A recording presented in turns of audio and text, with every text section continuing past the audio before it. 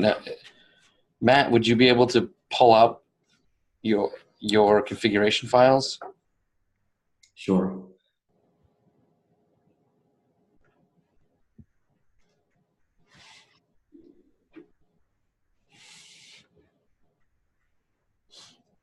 Can you all see my screen? Yep.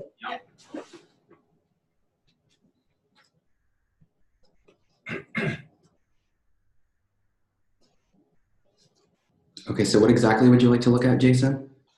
I think let's just go through.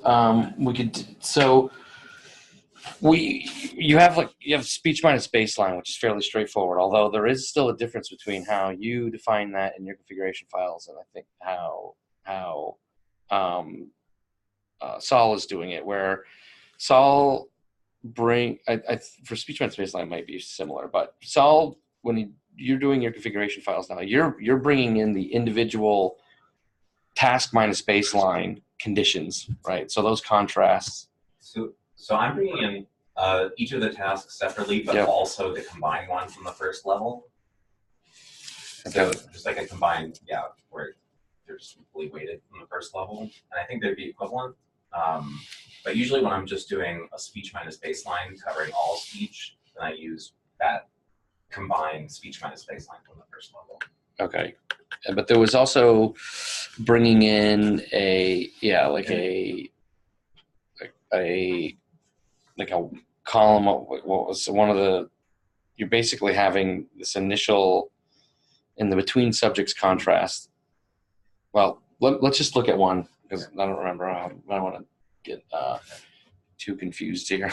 but I guess ultimately what I think will be interesting for Matt's study is that we want to look at, so there are some where we want to talk about how to interpret something. Like, are we looking at, here are the areas that are more active when some covariate is higher, so like a correlation versus controlling for that covariate. Some interesting covariates that you can toss in there.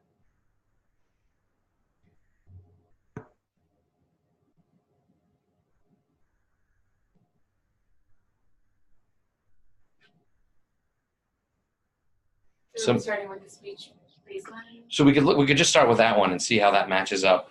But why don't we just do that, Matt, just to see how that looks, and then I think we'll move on to the novel minus learned, where that's where we start.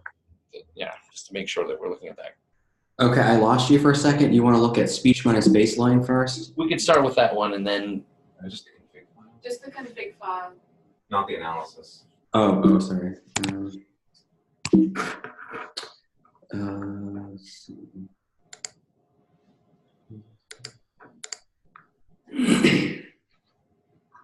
So let me just preface this by saying that, Jason, I did rerun the analysis, including the useful errors, right? That errors that approximate the target sequence. Yep.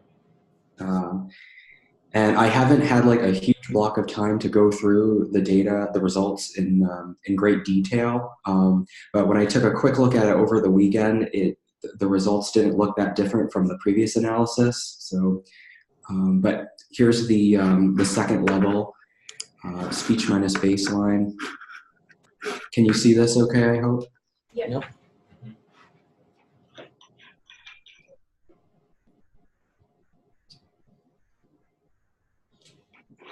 So this looks straightforward, right? Yeah. So so this looks straightforward. This is all the subjects.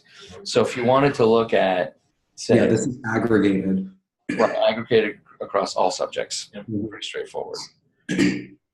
Alfonso, that right. There was a thing that I forgot to mention last time. There was an idea that I had to simplify the selection of the subjects. Remember that when I told you that how to eliminate individual subjects, that you could just create a valid covariate and just enter nonce for that.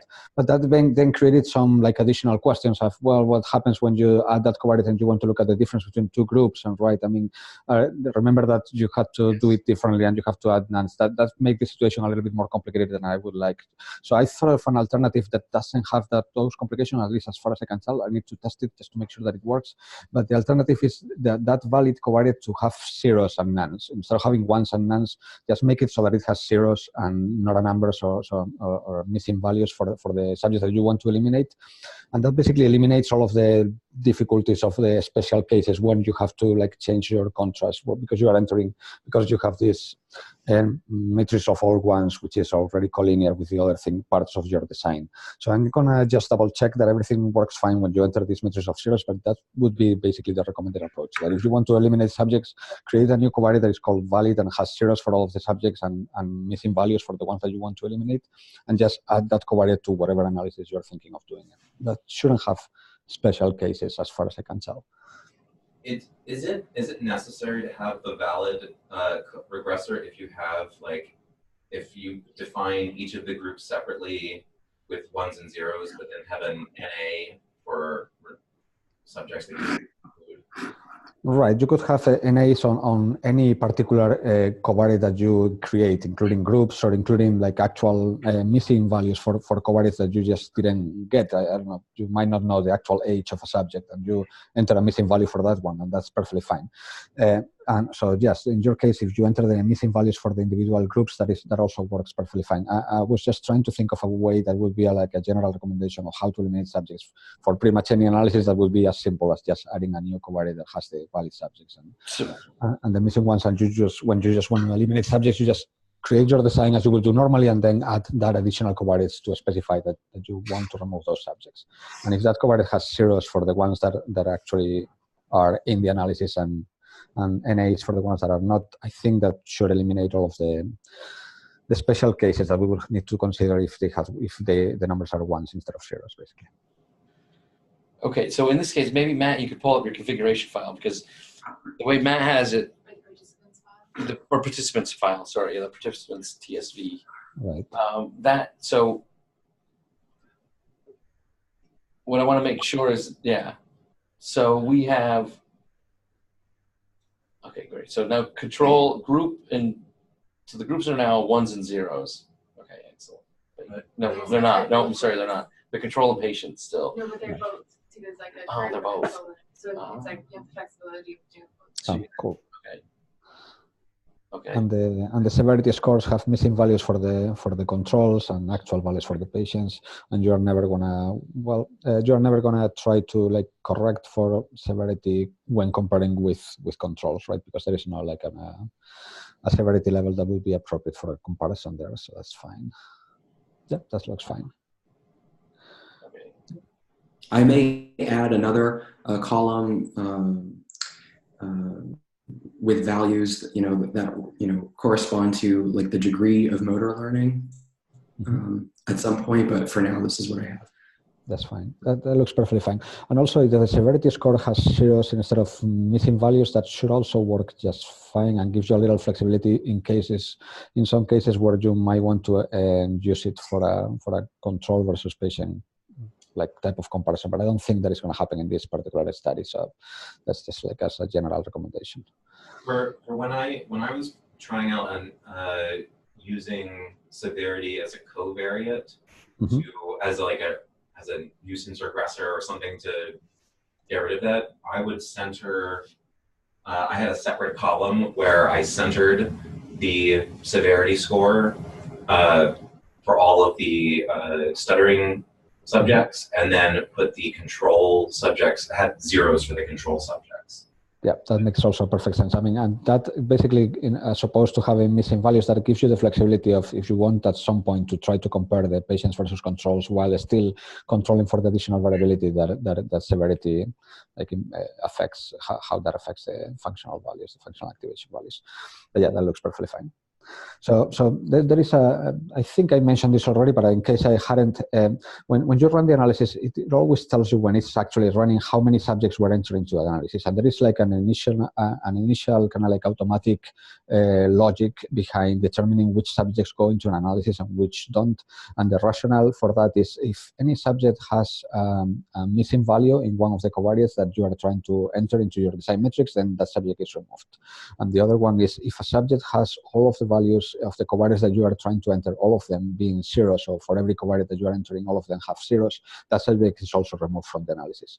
And that basically gives you the final subset of subjects that are actually entered into your analysis, and that is reported when running the analysis, telling you, well, this was this many subjects that were entered into the analysis, and this is the list of subjects that were removed. And you get a line in MATLAB, like command line, that tells you that information. So that is basically a way to make sure that the analysis that you're trying to do are the analysis that you're trying to do. That's why having zeros, for example, in that severity score for the controls works just fine in cases where you might just want to actually do an analysis that is only restricted to patients. For example, if you just want to do an analysis that is within patients and just look at the correlation between severity and activation within patients, and you create and you enter a design matrix that says patients and then severity and have a 0-1 contrast, even though you are not explicitly saying which subjects you want to enter into analysis, these kind of like automatic rules take into place to actually reduce the number of subjects to only the patients themselves. Because for anybody who is a control, the design matrix will have zeros for the patient covariate, and it will also have a 0 for the severity covariate. So it will be all zeros in the design matrix for that row, and that segment will be eliminated. So that's why I'm going all the way to explain this internal logic, so that you understand why that is actually working to reduce the subjects that are entered into analysis in a way that typically makes sense, and it's effectively what you want to do when you run those analyses. Make sense? Yeah. Okay. And if instead of zeros you have missing values, it would also have done the same thing, but it would have done it for a different reason. It would have limited those subjects because they have missing values for the severity score, which also will give you effectively the same result. Okay, so let's say we want to look at a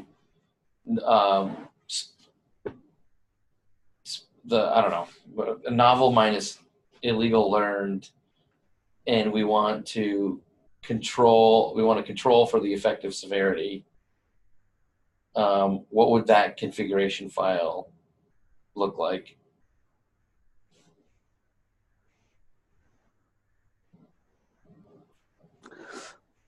And when you say control for the effect of severity, you want to look at just within patients and look at the average activation after taking into account the residual variability that is affected by severity, or do you want to do the comparison between the groups, or what is it that you mean by controlling by severity in this case? Or do you want to look at the actual association of the severity and activation? Well, ultimately, what I want to do is look at both. I want to see what does in the patient group. Well, we want to look at novel minus learned and remove the effective severity on that.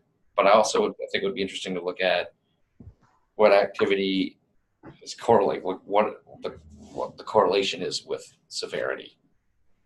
Right.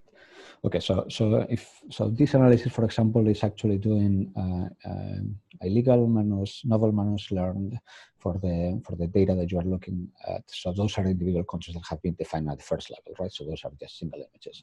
And then you are looking at all subjects and severity, but because severity was a variable that has missing values for the controls, those subjects are going to be removed. So this is effectively within patients only, right? So it's only gonna the subjects are gonna be removed, constrained to only be patients, because those are the only ones that have actually severity scores on them. And then you're using a 0-1 contrast. So you're asking the question of the actual association between severity and functional activation within patients. This is that analysis. If you wanted to look at the actual average activation within patients,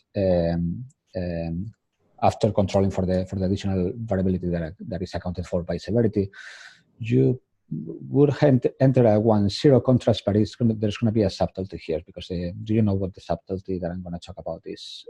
What happens when you enter a 1-0 contrast for this same exact design and for this participants TSV that we just saw? Is it the fact that it's not zero? Yes, exactly. The question is that this will be basically looking at the average activation at the 0 level of the severity score. But the 0 level of the of the severity score, if you look at the participants TSV, sorry, 1 second.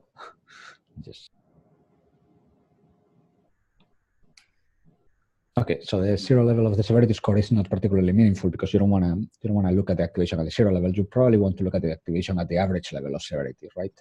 For this particular analysis. So for that analysis to actually be meaningful, instead of giving you the actual activation within the patients at the zero level of the covariate, you would want the average activation of the patients group at the average level of the severity. You would create a severity control, for example, or severity center, or name it something differently, covariate, and add it into the participants' TSV and just center that those actual scores by the average value. So basically remove the average from those values. And would you specify 0 for the control subjects or no? Either way is going to work the same, but either way is going to work the same, because if they are not missing values, they are going to be removed, those subjects, and if they are zeros, they're also going to be oh no, not in this analysis, because then you're entering all subjects, right? So yeah, no, and if that's also another subtlety that I should talk about, perhaps, right? So go back to the contrast. Just to clarify, you're asking me to compute like an average value for the severity score and then subtract that from each of these. Is that correct? Right, exactly. As a group, no? As in, Well, there's only one group. right, but as in. But if there were two, you would still be doing it per You'd be doing group. it per group, and Yeah. not per. Either way, depending on what you want to compare. I mean, if it's like a continuum where everyone has a score and the distinction between like controls and patients is somewhat arbitrary, I can see. Yeah. So, and let me just put out something that where if you were to have a variable that was continuous across all subjects, if you wanted to if you want to say motion, But sure. it's continuous across all subjects, but could be higher in one group than another. Sure. You would center, if you wanted to compare the two groups at the same level of motion, then you would center across all the groups together. If you wanted to compare one group at its average motion and another group at its average motion, then you would center them separately. Exactly, yeah. I approve of that message. So learning, which would be that will, I think, Matt, that we want to add that in. You mentioned it earlier. Add in the motor learning, like duration or something, error rate. That's one where you'd come up against that question. Right. And the reason we're doing this is because like there is no absolute zero here. Like to these severity scores. Right. The reason we are doing it is because when you do that 1-0 contrast, remember when we were looking at a regression model that one of the parameters is just encoding the y-intercept of the line, of the regression line, and the other is encoding the slope of the regression line. So when you are entering like an all subjects and severity and a 1-0 contrast, you are asking what is the y-intercept of that regression line, and that y-intercept is basically going to be what is the activation level at the 0 level of your covariate of severity in this case. So for a subject that had 0 severity, what would be his or average activation that we would expect? But that is not a meaningful question to ask because that 0 level is not particularly meaningful to us. So instead of doing that, we center the variable so that the 0 level of that new variable, the new center severity variable, is meaningful. It represents something in particular, which is going to be basically the average subject. So that in that severity center covariate, if you ask what is the average activation of the group at the 0 level of that covariate, that is going to be asking the question of what is the average activation within this group at the average level of their severity for a subject that has basically average severity within this group. That's the question that you are asking. That's why we center. Make sense? Mm-hmm.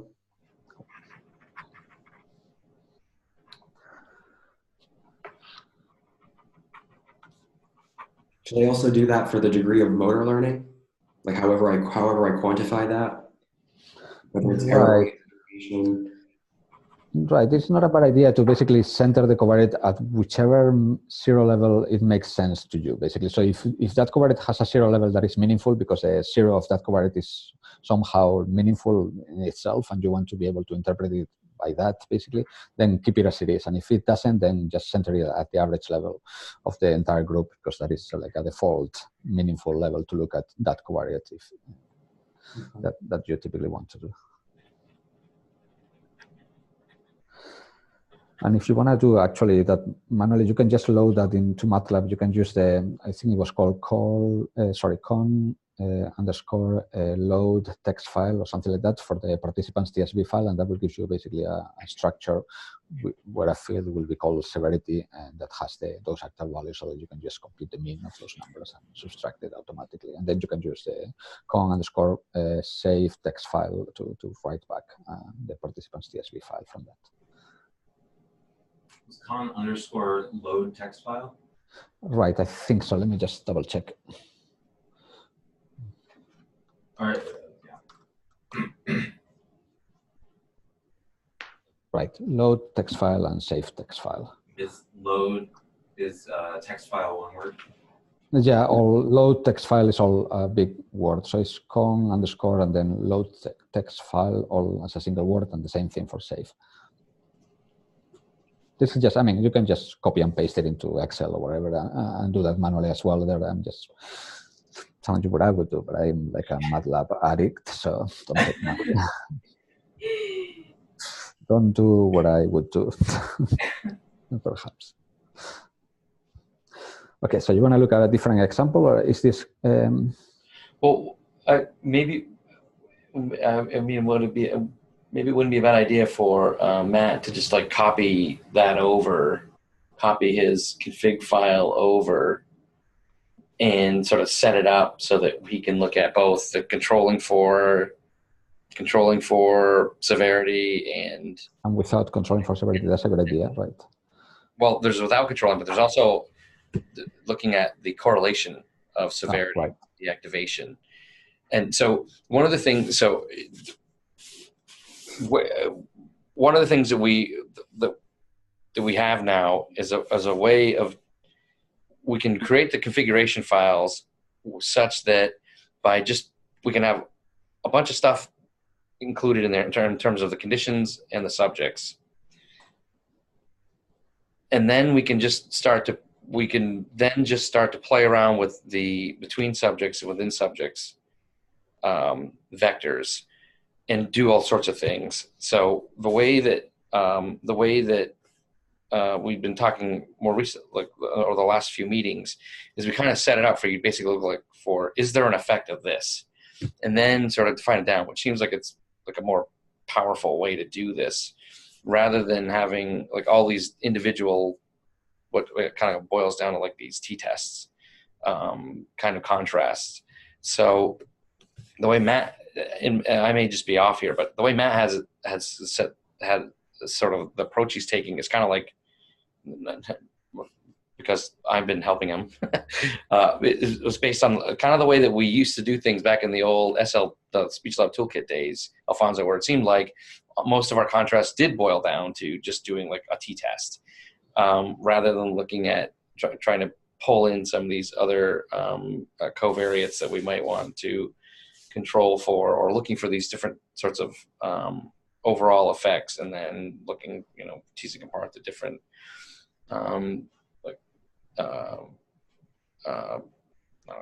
main different effects within that. So what I'm wondering is, should we go through some of Matt's?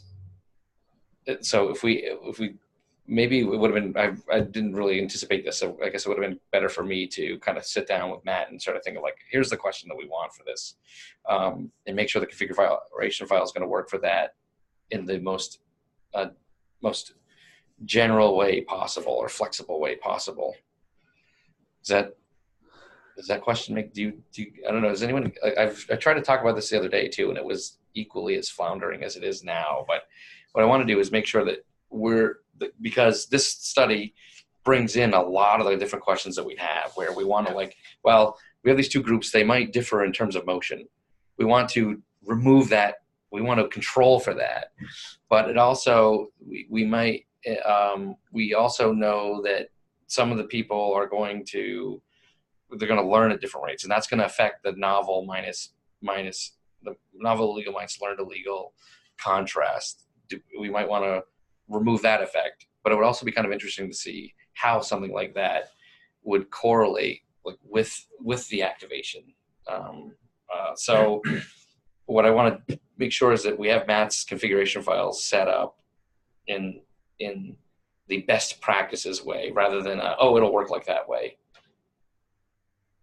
Well, it sounds like so far for this novel non-experiment contrast that how the covariate has been specified is as a correlation analysis, like looking at the correlation between severity and activation. And that'll work in right? this case. And that is one question that you're interested in. But you're also interested in the controlling for question. Yep. So maybe we could do a walkthrough of that. Like we've talked about it generally, but we could just do a walkthrough of How you'd actually implement that. Yeah. and then see how, maybe look at the results and try and interpret them. Yeah. So maybe Alfonso, I don't know if the best way is for you to maybe take control over Matt's screen or for you to give a step-by-step guide. But I think it will be useful for us to go through it. So I think it would mean like doing the mean centering. Right, but I think it's just a good practice if you want to do it. And but if you want to, for the sake of just speed, for me to do it, I'm perfectly happy to do that as well. Well, maybe if you could do it for severity and then. Okay, then I'll take control of the screen and do that for severity, and then we can use that as an example. Let me see, request remote control.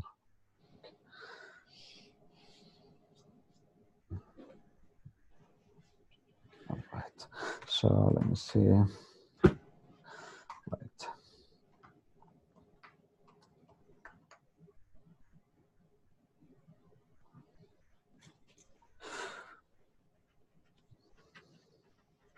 All right, now severity is what I want, right? Severity.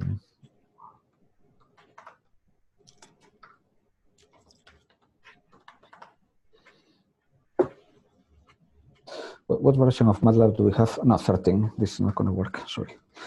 Severity. Ouch.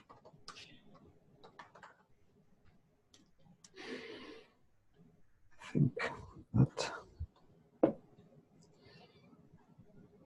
Would you advise the use of a more recent version of MATLAB now at this point? I don't know. The SEC has some issues when, or at least the last time I tried to use in the most recent version, at least with the Con GUI, it had still some issues that, I don't know, they are kind of like corner things. I had some problem with the compilation stuff because I had some problem with some of the parallelization stuff. So I'm not sure. 13 works perfectly well for the SEC for me, so that's perfectly fine. What do you prefer? What is your experience? Have you been working with different versions? 2018A, just because there's sometimes there's new functions that are just easier to use and for me to try. Right, I do. I like 18. I'm using 18B because I like a lot of the new functions, and I like the whole automatic expansion of the dimension. So when you have a matrix and subtract a vector, it knows what you want to do and does it properly, which older versions don't. But I don't almost never use that in the code, in the scripts that I write, just not to have people, not to be the code only compatible with the newest versions. So, but yeah, I like them personally. 2018B onwards on the SEC just is so slow. I just can't use it. Yeah, for some, I think it's just the SEC IT guys that need to do some optimization of the way that, I don't know, the OpenGL stuff is encoded or compiled in there. I don't know what it is, but I'm also having, I prefer to use 13 as the default version, or at least fall back to version 13 if something goes wrong, because that usually fixes things. Okay, so we have a severity now that has a mean value of 0. I don't know if you saw this, but basically just remove the mean from the age severity, and this is the. Sorry, go ahead. Did you overwrite the severity column? Not yet. I'm gonna do that right now, but I'm not gonna overwrite it. I'm gonna just create a save text file. I don't recall what was the order of the parameters. It's first the name and then the file.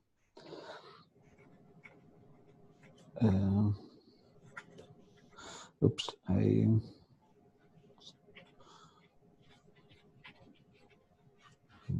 you see the pop-up, Alfonso? Sorry? Is that what you... Well, All right. No, I was looking at the order of the, just right, but I was looking at how the, I forgot about this, the name, description. Well, I'll do that manually. That's fine.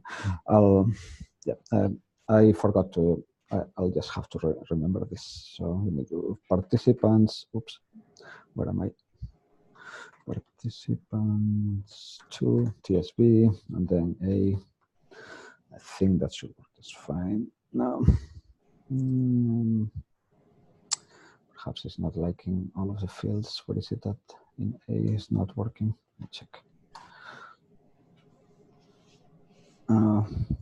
It seems the write functionality doesn't have all of the functionality of the load functionality, so this is not going to work. Yeah, that's ugly. Let me see if there is another way to do that easily.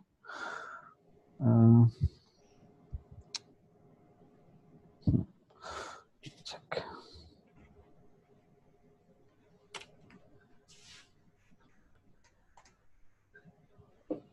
Ultimately, this is a really handy thing to be able to do this. I find it so much Right. easier just to have the data all in MATLAB struct and then just write the TSV file along. Theoretically, if I'm doing that, you've done it. You've been using this.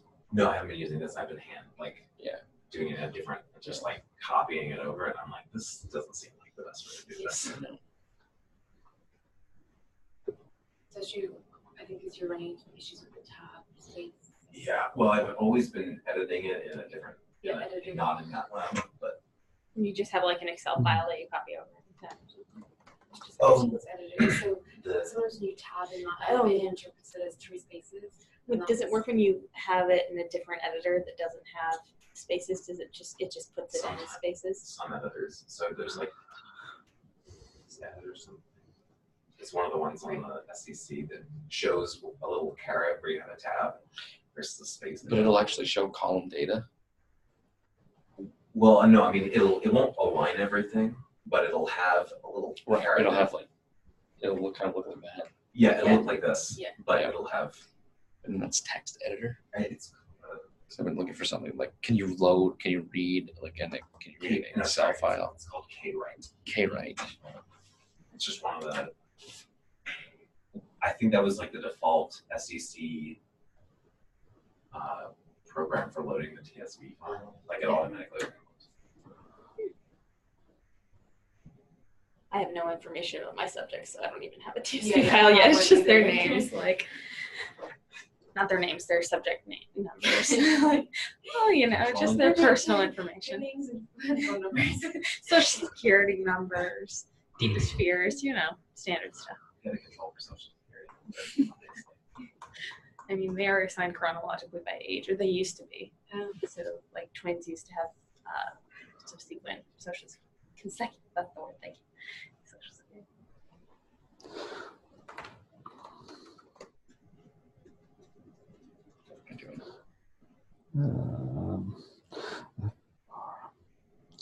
So just check.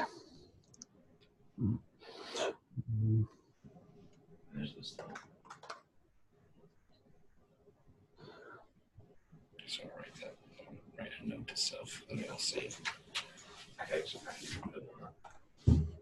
You can put that on the SEC usage notes doc as a useful tool. Just this. Like that. Kwrite, EOG, like find that. I think there's a section in there that has a couple of useful built-in tools.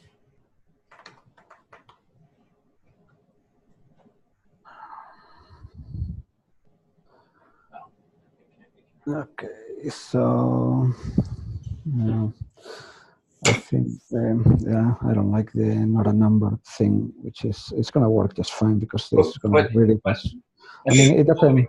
Well, I think what would be better though is to do it in what you think would be the best practices way. So if it's better for, if you think it's better for this to be specified in terms of making those zeros, but then being careful that you don't bring in all subjects. You bring in, or you have the two groups and you're only looking at the one group if you need to. I think that would be So Right. think this is like an So example. let me just put yeah, that's a good thing. I think I will put zeros in here. So let me just do that. Then a severity is not a number. Severity. So, okay, so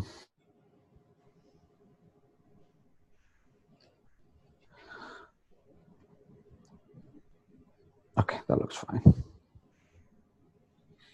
Okay, so that sorry. Alfonso, is that some of the patients are actually missing data. So if a patient has 0, that should be NA. What do you mean? But some of the patients are missing data. I didn't They don't understand. have a severity rating. Yeah, that's a good point. Some of the patients don't have severity ratings. That's a good point. Yes, that should be actual missing values. Right. Okay. So let me do that manually then. Yeah, that's a good point.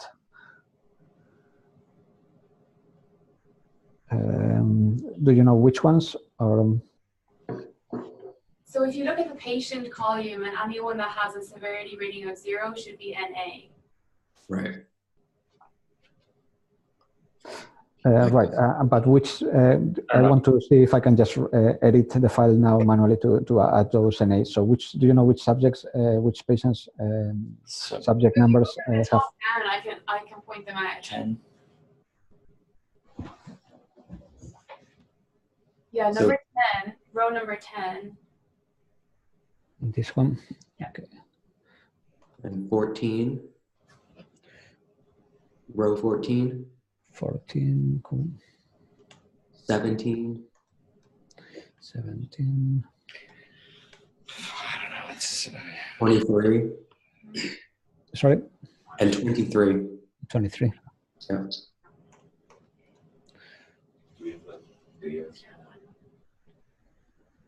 Anybody else? Elaine, thank you for catching that. Yeah, no worries. Okay, so let me just save the.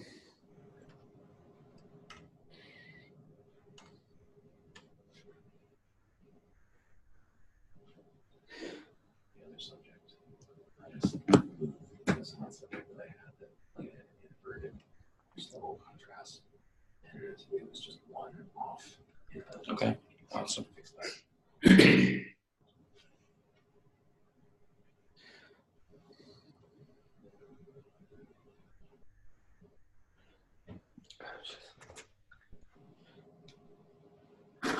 Okay, so now I left the original file as in old participants TSV, and I modified the participants TSV file with these modifications. So that should. So I think that should work fine. Let me just double check quickly.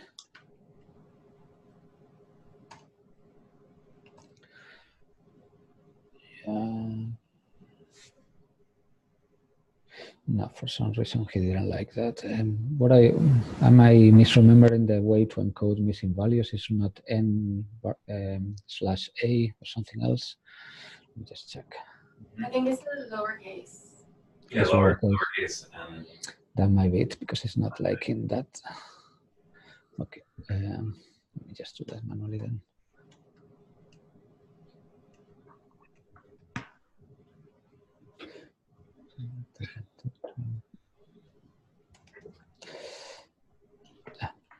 So it doesn't like it. We know it doesn't like it because it's a cell.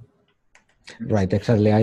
It was supposed to be a number, so that should be a double thing. And this is this one here. Will automatically put into a cell or array column.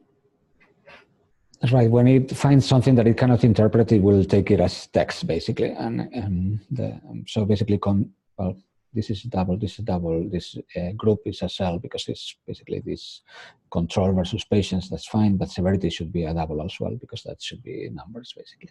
And if it's interpreting as a cell, it's telling me that didn't like something about that. So let me check. Okay, so now it's a double, and that looks fine. Okay, and it has the actual values, and let me just quickly check that the mean is 0. The mean should be 0, even though it has zeros additional. Well, it has meaning. Yeah, right.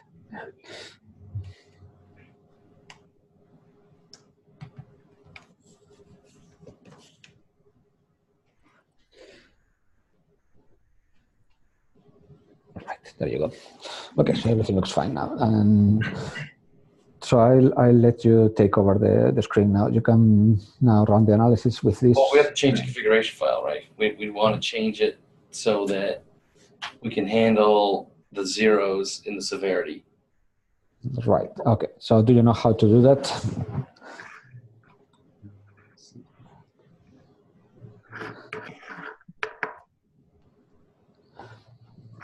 I'm sorry, are you moving the mouse?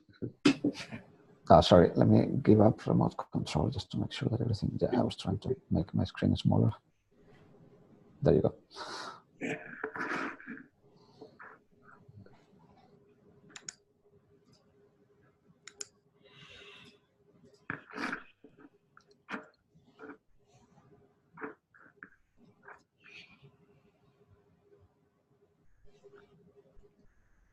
So if you just change, it seems like one way to do it is just get rid of all subjects and just have patients in there. Right. For this particular analysis, that's exactly right. For this particular analysis, where you are just looking at the actual correlation between functional activation and severity, then well, actually, no, that's fine. Yeah, yes, patients. What would you say would be the best way to do this? What would be this is the best way to specify it. Just specify patients and severity, and because, well, the inner workings of it, that is going to select only the patients within and for the covariation. And it's going to look at the covariation between activation, functional activation, and severity. So that looks perfectly fine. But the question that we wanted to ask, and that's why we center, because for this particular analysis, we actually don't need to center the covariety. It will be exactly the same whether you actually center it or not, the results. So for this particular analysis, it's just fine. The thing that we wanted to do, which perhaps we should write as a different config file, I'm not exactly sure, is we wanted to look at the average activation within patients after controlling for the covariation with severity at the average level of the severity in these patients. So how would you run those analyses? I don't know if you want to overwrite this file and just create a different config file. Why don't we have two separate files? Yeah. Right. And but I think what we want to get to ultimately is something where the contrast name and design are fairly similar and probably have more in there than you might need. But then you can play with the contrast between and within vectors to modify what you're actually looking at. As in having multiple contrasts under contrast name? Not having multiple contrasts or no? Yeah. Or so what was it? There was an example of the overall effect of something, right? So like age or whatever it would be.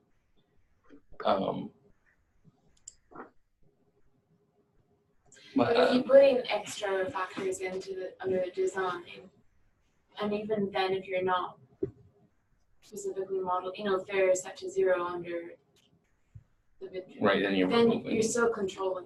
Yeah. So okay. I gotta go back and think of like one of these examples where.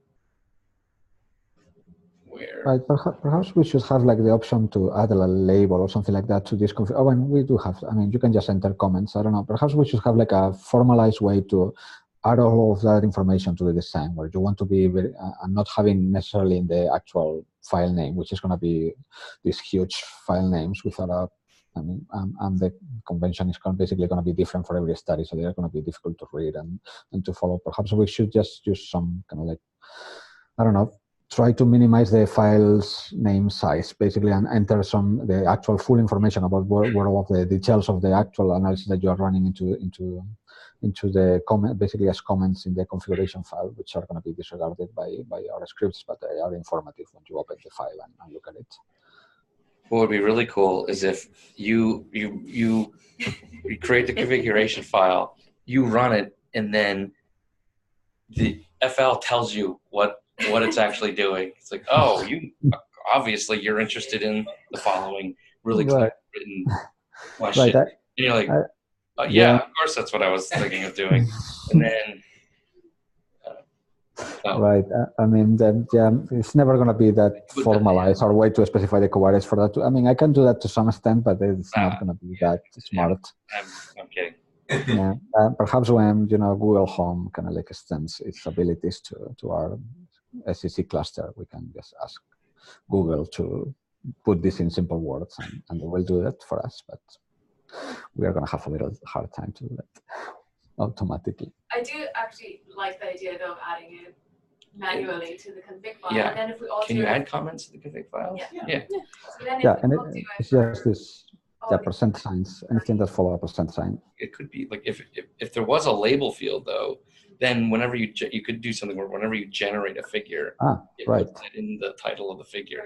That would be even better. I can add like a label thing for this second level analysis, and you can enter whatever like string information you want, and that will be automatically read. That's not a bad idea. Yes, right. You can enter something like label. And then when future students are working on these kind of data, they can go see how. We can add that label also to preprocessing and all of the configuration files that we had before, because one of the things that I'm seeing in our analysis is that we end up with these very long names for preprocessing pipelines and very long names for first level analysis and all of that. And that basically makes every time that you run an FL line to be a huge line, because you have to specify like, I don't know, the whole name of the. So if I add like a label field to all of these configuration files, then you can just enter all of the explicit information in there and just keep the actual name of the pipeline or the preprocessing pipeline or the like a little bit more compact. And I can add something to the FL scripts that will tell you the label of something when you just ask the label of what does this mean, this M&I thing preprocessing that I'm using, and it will tell you whatever you put into the label, so you can easily tell what its thing is. That might be a good idea. What do you guys think? Yeah, that would be awesome. That would be really great. As a practitioner of the long names philosophy. Right. But this is getting ridiculous. I'm trying to do like FL commands to be one line, but that line ends up being like, I don't know, 1,000 characters. So that's like, there is a sort of an odd dichotomy between the whole pipeline's name is FL, and then, right. and then all the individual files seem to go. Yeah, there's a different. Yeah. I don't know. So yeah, perhaps I'm gonna see how to make it work, but I think I'm gonna basically add the ability to have like a label field to all of our configuration files, and that will be basically pretty much everything, the import stuff that we create for every individual subject, the preprocessing pipeline where you specify like a list of processing commands and the first level analysis, and also for this type of second level analysis stuff where you just add a label, and that will hopefully will appear in the proper places where when you run the command. So in display things, you can actually plot the label, or when you use the FL list functionality, it will list you the names and their labels and that's simple enough, and that might be useful to keep everything constrained. So I'm going to see if I can do that. And if you have any suggestions on how to do it better, let me know. So for right now, can we? I think it might just be easier for Matt to make a new configuration file, and then we can kind of move forward with that. Right. All right. It'd be easier for everyone if Matt just kind of did more work for it. Yep.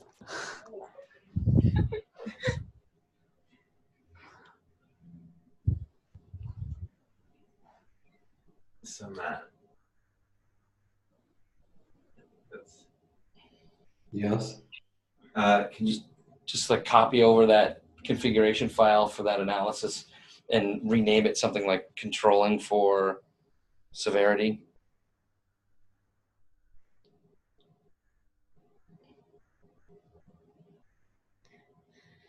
So that's what I've been doing, but now configuration file. Should come up with a better strategy.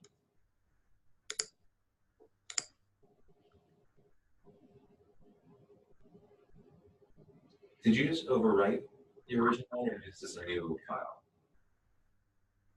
This is a new one here. This is the original, and this is the copy. Okay, so you still need to figure out how to change this so that it tells you basically the average activation within the patient group after controlling for severity. What is the change that we need to do here? It's like a test. Okay. That's what I thought this was. Matt did miss those last couple meetings, so Oh, okay. So then somebody else helps out here. So this is actually looking at the correlation between severity and activation, functional activation within the patient group. So you're asking the question, how is activation changing between within the patient group? And when we look only at patients, how is the activation different between the guys that have high severity and low severity? Is there any correlation between that? And you are trying to see a plot of that you will see positives basically when the correlation is positive, meaning that the subjects with higher severity they are going to have higher activation, and negative means the opposite. Basically, patients with higher severity are going to have lower activation in those areas. And that's basically the question that you are asking. What is the correlation between activation and severity? But we want to ask another question, kind of like opposite to that, which is going to be, what is the average activation within the patient group, just the average activation in that patient after controlling for all of the variability in functional activation that correlates with severity. So basically at the average level of the patient group, what is the actual average activation? And for that, I don't know, somebody else can tell what we will need to change. 1-0 for the contrast between. Right, exactly. So that would be entering changing the contrast between to be 1-0 is actually asking kind of like okay, we know that there is some portion of activation that is going to correlate with severity, but we don't care about that. We care about the actual average activation within the patient group at the 0 level of the severity covariate. And since we center the severity covariate, that 0 level of the severity covariate is going to be the average severity for this particular patient group subgroup. So that's meaningful to look at. And that would be the change. So if you run this analysis, that would be basically the average activation within the patient. And that's the whole discussion about what that represents actually. Is it different from just looking at the average activation within patients without controlling for severity? And what does it mean to control for severity only within patients in that case? And this is, we talk about that briefly, but it's basically you're going to be looking at the same kind of like average level of activation. It's only the kind of the residual error term, which is going to be different between an analysis that is just looking at patients without the severity covariate and a contrast of 1 versus a covariate analysis like this that has patients and severity and a contrast of 1-0. Both of them are going to have exactly the same effect sizes to work with, but the T statistics are going to be different because the T statistic is a ratio of the actual effect sizes, so the mean effect divided by the residual error, and the residual error in these models is going to be smaller because we are removing some portion of the variability that correlates with severity. So to the degree that the activation actually correlates with severity, that is going to basically improve the sensitivity of our analysis. So it's going to give us higher t-values and higher lower p-values, which is basically the result of having higher sensitivity. Okay, I'm just talking random stuff right now. Do you have any particular questions about this, or does this all make sense already? An alternative question you could ask here as well, though, is like, what was the group difference controlling for severity? So you would put in all subjects. Right. Right. Do you want to make a guess at how you would do that in terms of the configuration file? So under design, I think you put in all subjects and then group severity, and then in the contrast between, I think it would be 0-1-0. Yeah, that's a perfectly good one. And an alternative one without using all subjects, do you know how to do that? If you did patient control severity -1-1-0. Yep, perfect. Okay, you got a 10 in the test. So yeah, those are perfectly good questions as well, and those are basically looking at the average activation, difference between the two groups in the average activation levels. And I don't want to use the word controlling for the level of severity because we are not kind of like making the comparison at the same level of severity, but we are still taking into account the correlation, at least within the patient group, between activation and severity, in that portion of the activation is already explained by severity, and it doesn't go into the residual terms. But it's effectively looking at the same thing. You're just looking at the average activation difference between the patients and controls. Where are the areas that show higher activation in patients compared to controls, or the other way around? Cool. And I don't know, do you have a contrast for those comparisons already, or you don't? Or do you perhaps have those configuration files for these questions, but without the control for severity, right? Likely. Mm-hmm.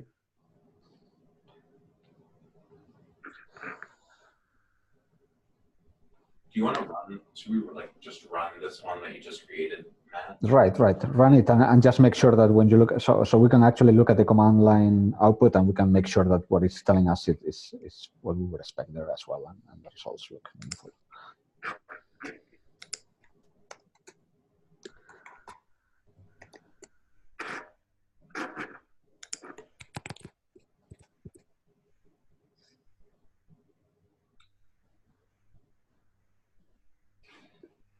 So one thing, one of the things you would get if you unpacked the contrast name, right? You said illegal novel minus baseline, illegal alert minus baseline, right? And then you could do something like, I want to look at whether or not there's a group by condition interaction controlling for or accounting for, I guess, severity, right? Across both of those conditions. So you Well, what I'm looking for a group by condition interaction. Is there? Yeah. And then you'd say, okay, well, we did see one. So let's see which. Because it seems like that's a more sensitive way to look, because a more sensitive way for us to determine if there are differences. You just think global.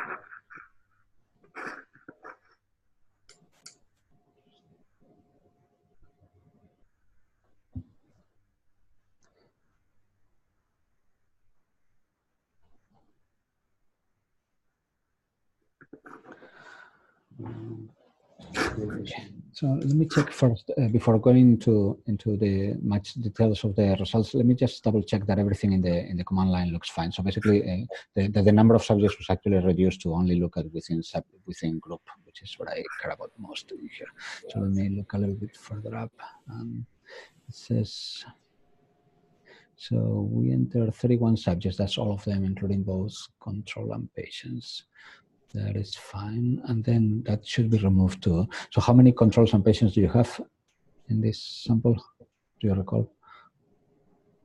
There's 31 subjects. I think there's like 16 patient, 15 control. Okay, so let me just check a little below that. That should tell you like a warning of some subjects having been removed or something like that. So warning, 19 samples removed due to missing data. So you end up with only 12 subjects. That might be because of the 3 additional not a number, right? That you didn't have a severity score for those subjects, right? Okay, so that makes sense. Okay, so I was just double checking that the numbers actually match what we would expect. So that's fine. Okay. And the T statistics then should be something like T10 or something like that. It's 12 subjects we said. So that should be 2 coverage, and that should be T10. So could you look back at the image? I don't see it because it's very small, the font, but in the actual results window image at the top right, it should say something like a T and a number. That is. Yeah, 3.17. T10. Okay, that's fine. Yeah, I was looking at the degrees of freedom of the T statistics. It's a 10, which basically is 12 subjects minus 2 columns in the design metrics, so that matches everything fine. Okay, so we're fine, at least in terms of how the analysis was run. And we're looking at the average activation within patients after controlling for the residual variability that correlates with severity scores. And this should match roughly what we would expect, or I don't know if you've run this analysis, the same analysis, but without controlling the severity score, right? That should be relatively similar. Yes, I have. That would have been this one.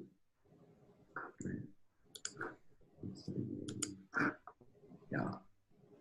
Not that one. There would be one where you're just looking at illegal minus, or novel minus illegal, just patient, and a contrast between a 1. Right.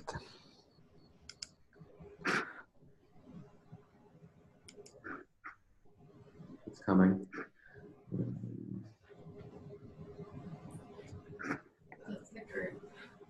This is the one that'll show the correlation. Or no, this is different. This is a different one. This is actually. This is just this is the patient.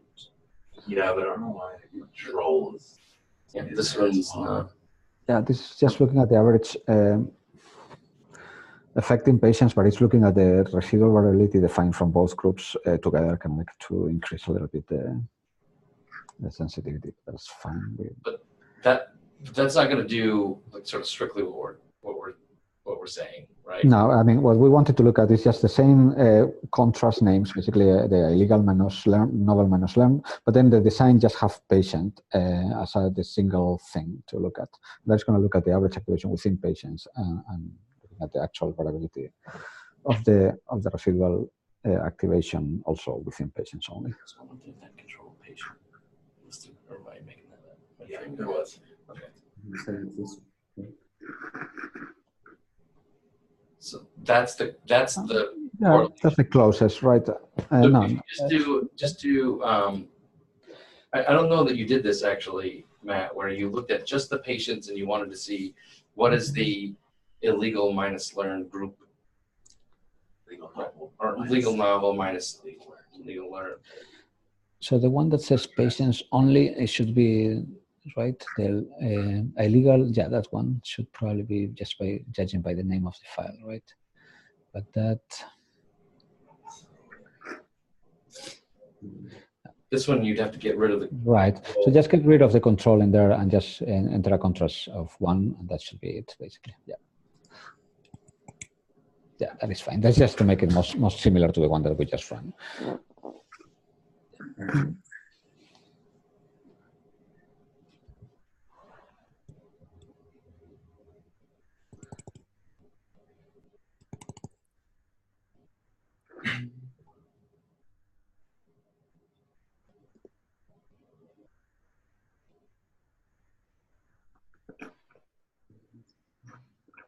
and this will have 4 more subjects included. But it will look a lot. It'll look similar, I think, except that there are some stuff in the right. Yeah, right. That's a good point. This is going to have those 3 additional subjects, right? Because since we are not using the severity scores, they don't need them. So to complete just the average activation within that group, you can use all of the subjects within the patient population, not just those 3, right? Huh. So the degrees of freedom will be slightly higher, right? Oh, I see. Right.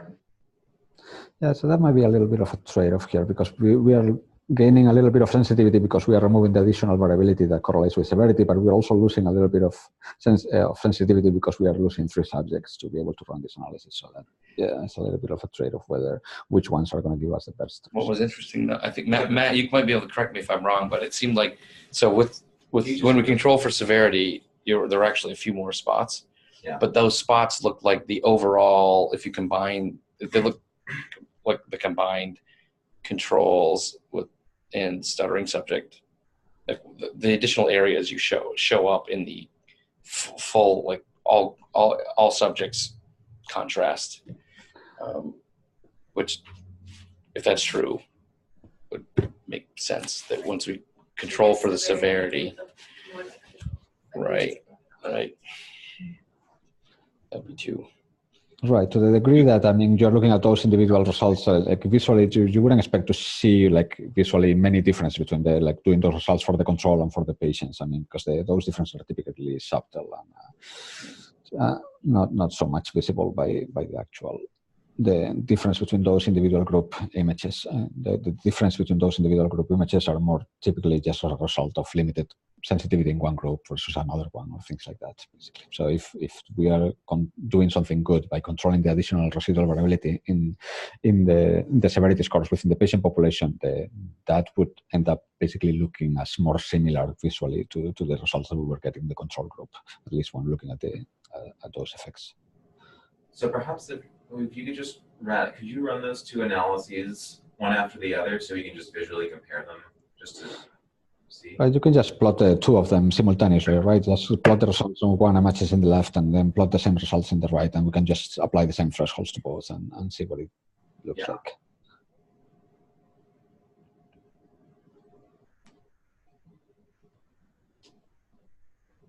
Matt, are you game for that?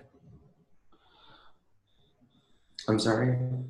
So the idea was I'm having a hard time hearing you. Oh. Can you just run the last 2 analyses that you ran? not run, not plot them. Not run, just display them. Right. Sure. So the same thing that you just ran the last two lines, but using just the plot thing. Yeah, right. Just to have both images kind of like up, so that we can compare one to the other. Right. Okay, and this is the without control, and it should have higher degrees of freedom. So the T statistic should have, I don't know, 13 or perhaps, how many subjects were there? 15? So then it will be 14. Okay, so it will be T14 for that. And then another image for the one where we are controlling, that's the one that we were seeing before, that we had a T10 statistics. But just the plot, right? Yeah.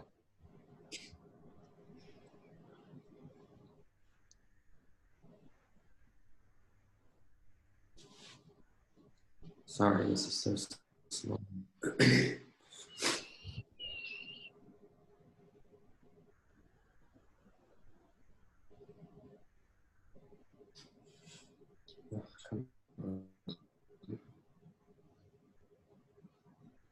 Okay.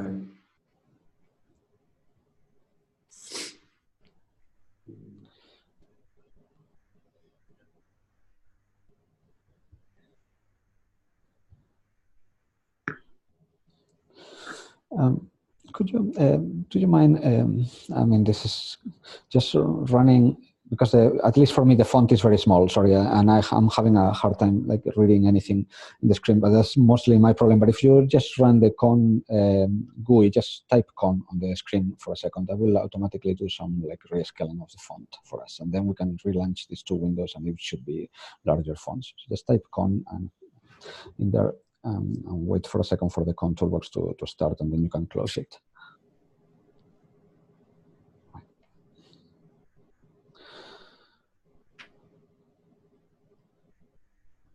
Okay, and now you can close that window and close again the two windows that we just opened and run, and so close those windows and run those, open them again, running the FL commands so that they get scaled. Sorry about that.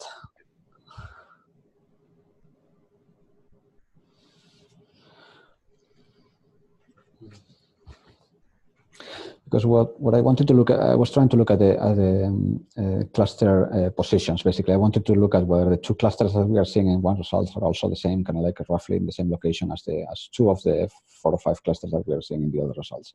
But I couldn't tell apart the fonts, the actual cluster positions, because the fonts were very small. So let me see if now the fonts are a little bigger.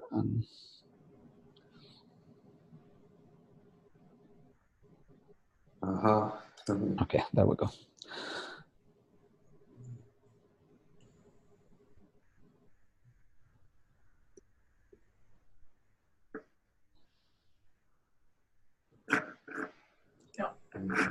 Let me put them side by side for you.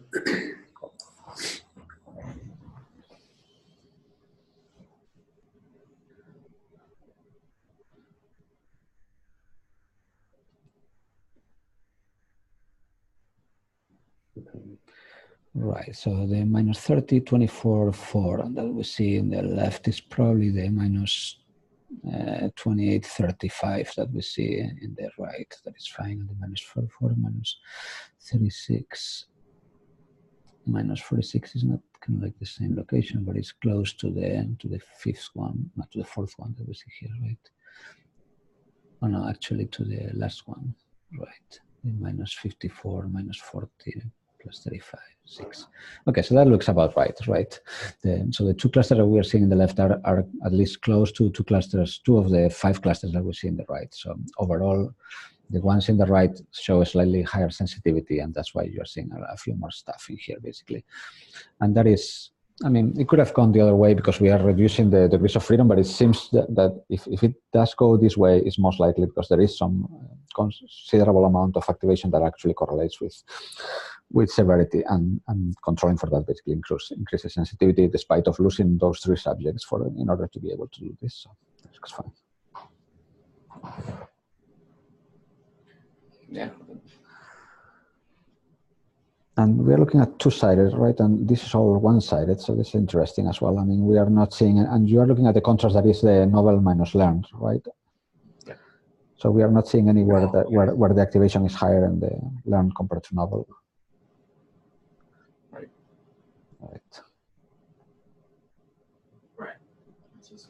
expect there to be more activation in the novel. But it is pretty remarkable that you drop the 3 subjects, or 4 subjects, and you get this more activation. So it does seem like a lot of. Well, we can actually run the analysis, the one that we were looking at before, the correlation between the activation and severity scores, just to see whether we find something in there. I mean, my guess would be that you will find some significant level of correlation, because otherwise losing this subject would have work against us instead of in favor of us for giving us higher sensitivity. But I don't know, might be worth looking at as well. We could check that. And the other thing that I wanted to do is just throw in the group contrast, right, that's a good idea. Yeah, you can also do the same thing. Configuration files. Right, so we can do exactly the same thing as we did before, basically having these 2 contrast files that instead of looking at just patients and then patients when controlling for severity, we can actually look at the difference between controls and patients, and then looking at the difference between controls and patients when controlling for severity, and comparing those 2 results and seeing whether also that makes sense. Yes. Of course, we won't have anything that survives. We can lower the thresholds a little bit, yes. Yeah. Matt, just a question. Are you using SSI for scores? Repeat that. Are you using just the SSI for scores, just the normal stuttering severity instrument? Yes. Okay. And do we have another? Was there another? Is that the only one, or don't we have one usually that's yeah. So it's interesting. I tried out 2 different severity indicators for my analysis. I did percent syllables stuttered, which if you just have the scores, it would be difficult to figure that out from the score itself. But if you have the breakdown of each of the individual tasks and what the percent syllables stuttered were, if you average across the tasks equally, irrespective of how many syllables each one had, then that can give you a different measure that doesn't take into account what the SSI4 takes into account.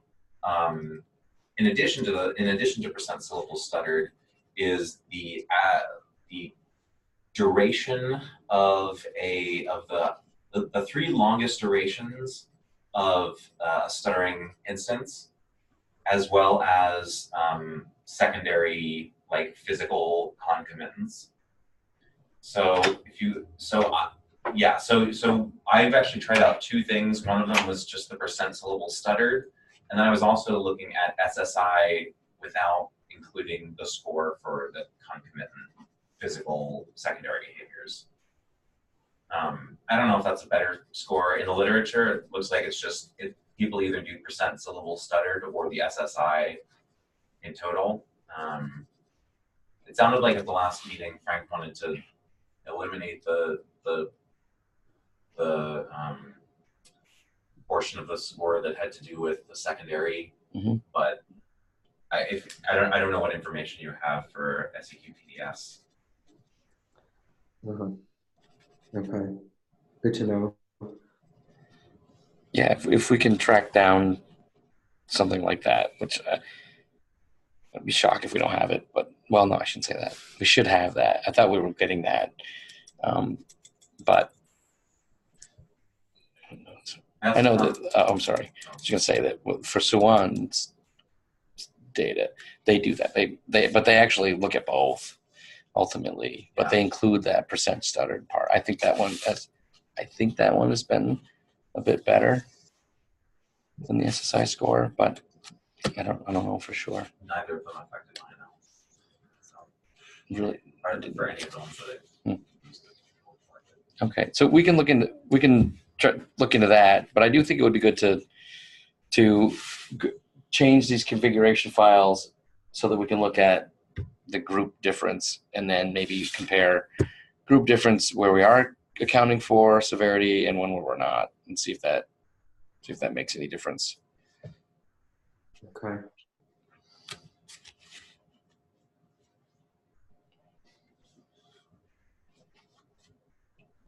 You want to give that a try now? Yeah. Right. So this is the config file for the group comparison without severity. Perfect. Yeah, that looks perfect. So if we wanted to do the group, if we wanted to control for severity, do you want to make a copy of that? Right. I mean, create a secondary file, right? I mean, we use the create like a different naming convention saying controlling for severity or something like that. I don't remember how we named it before. So patient only controlling for severity. So yeah, just create something that says group comparison controlling for severity, and then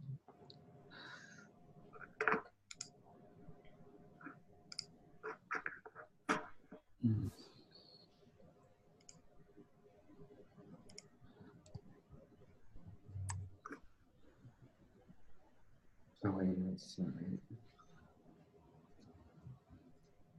right. So instead of patient only, will be group comparison. I think how we were calling it.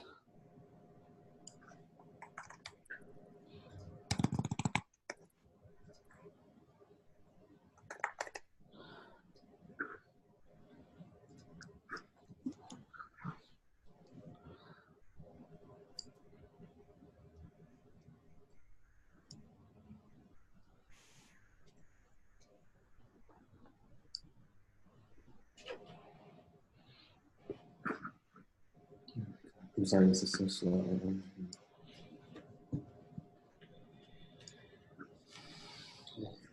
Six.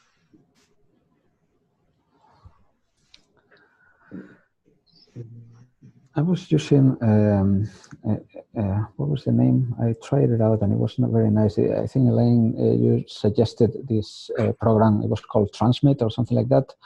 That basically works to speed up this type of things because you can mount your. At least on my Mac, it worked perfectly fine. You can mount all of these folders into your as an external drive in your computer. So then all of the GUI aspects of it, you are actually working on your computer instead of the NCC, and only when it needs to access files and stuff like that, it actually needs to communicate with SCC, and that makes the whole like interfacing with this much faster. I like it very much.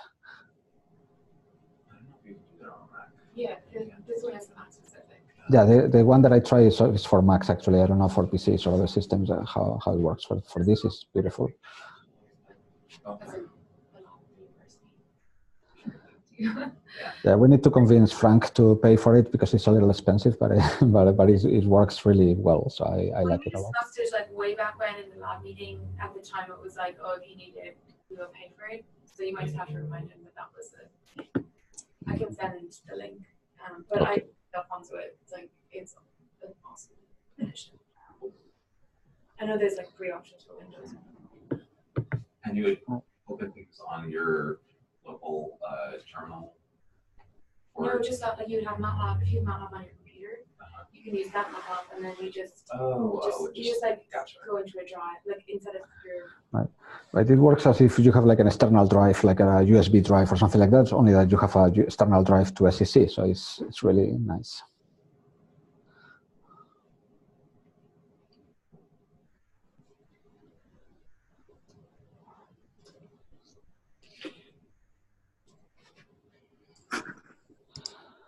All right, so this is the group comparison without severity, and then the new one with. So you would probably want a 0 instead of that second one. Control, right? Yeah, exactly. Like this? Yeah, that looks perfect. Yep. So that will be the group comparison controlling for the severity, and the severity was entered as zeros for the group for the patient. Sorry, for the controls, and then the actual severity for the controls. So when you do the comparison, it will be basically doing that comparison at the 0 level of the covariate, and the 0 level of the covariate is going to be basically the average level of that covariate, the actual covariate. For the patients, and it's going to be just the actual normal level for the controls because all of them have zeros. So that's why this comparison works, because even though in general that 0-1-0 comparison is going to estimate the difference between the effect of the activation when controlling for the severity score, basically at the same level of the severity score, that same level of the severity score is kind of like forced to be actually like a meaningless comparison, because we are just averaging, doing the comparison of the average level of the severity in patients to the whatever like the actual average level of the activation within controls. So yeah, just run those two analyses and see if we can display those two side by side and look at those results.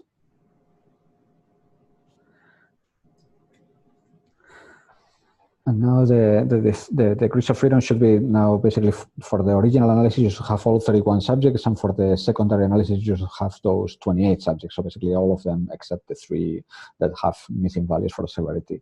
So the degrees of freedom for this analysis should be 29 for the entire comparison, because you have 31 subjects minus 2 columns for the comparison for the same matrix, and it should be so 28 minus 3, 25 for this analysis, because you have 28 subjects minus 3 columns in the same matrix, so 25. So let's see whether those numbers can pan out in what we see. It says 4 missed samples removed due to missing data. Were they 4 subjects with missing data, not 3? Oh, okay, so I was misremembering, so forget about my numbers.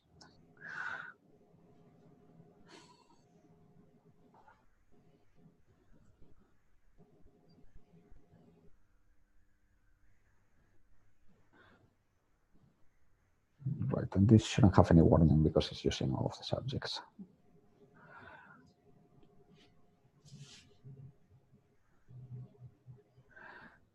Right, and if you just want to just double check, or you feel suspicious and want to double make sure that this works all the same, all of these analyses would have worked exactly the same. Instead of all subjects and groups and then severity or not, you enter the patients and controls, and then 1-1 contrast instead of all subjects and groups, and a 0-1 contrast, and it would have worked exactly the same, assuming that we have encoded those columns exactly the same. So if you want to double check for sanity purpose at some point, you can create a config file that looks at that.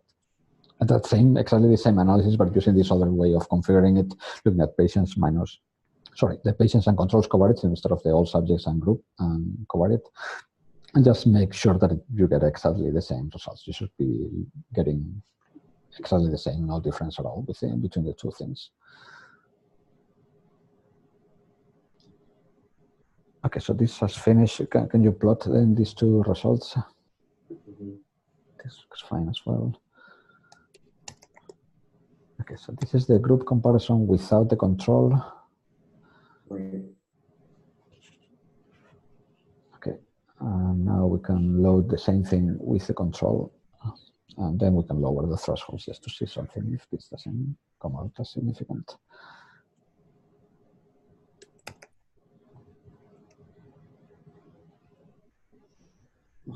Right, so okay. Yeah, okay, so the same, at least at this threshold level, and you can lower the threshold to 0.01 or something like that to the uncorrected, or just, well, or leave this threshold and change the, perhaps this is just too large. Just keep the 0.01 and then change the cluster size to threshold. Instead of 0.01, just use 1 in there, so we actually see all of the clusters, whether they are significant or not. So change that number, the 0.05 to 1, basically. This one to 1? Yeah, that's basically to not threshold by cluster size at all, and just click enter, and you should see all of the clusters irrespective of their size, right?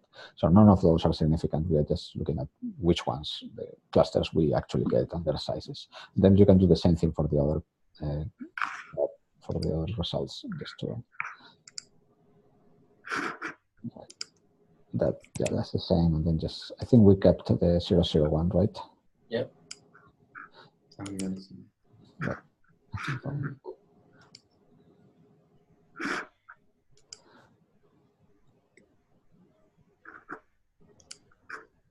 Right, okay. So let's see. So, right, this is which one is which? Let me see. The one with less activity is the one with all the subjects. No. Right. So the one with less thing are the one where we are not controlling. So again, the controlling in this case seems to be helping. I mean, if that is actually meaningful. I mean, assuming that there is some actual difference between the two groups, and yes, we are not seeing it due to sensitivity. The controls seem to be helping, only that is not helping enough, at least, to survive that comparison. Have to find those severity measures for those other subjects. Right. And for this analysis, I mean, given that we are doing a group comparisons and the groups are going to be less than 15 subjects, so they are relatively small, I would probably recommend having just like a 0.01 threshold and then running non-parametric statistics for just to make sure, I don't know, because to make it a little bit more sensitive to stuff that we might maybe expect, unless, yeah.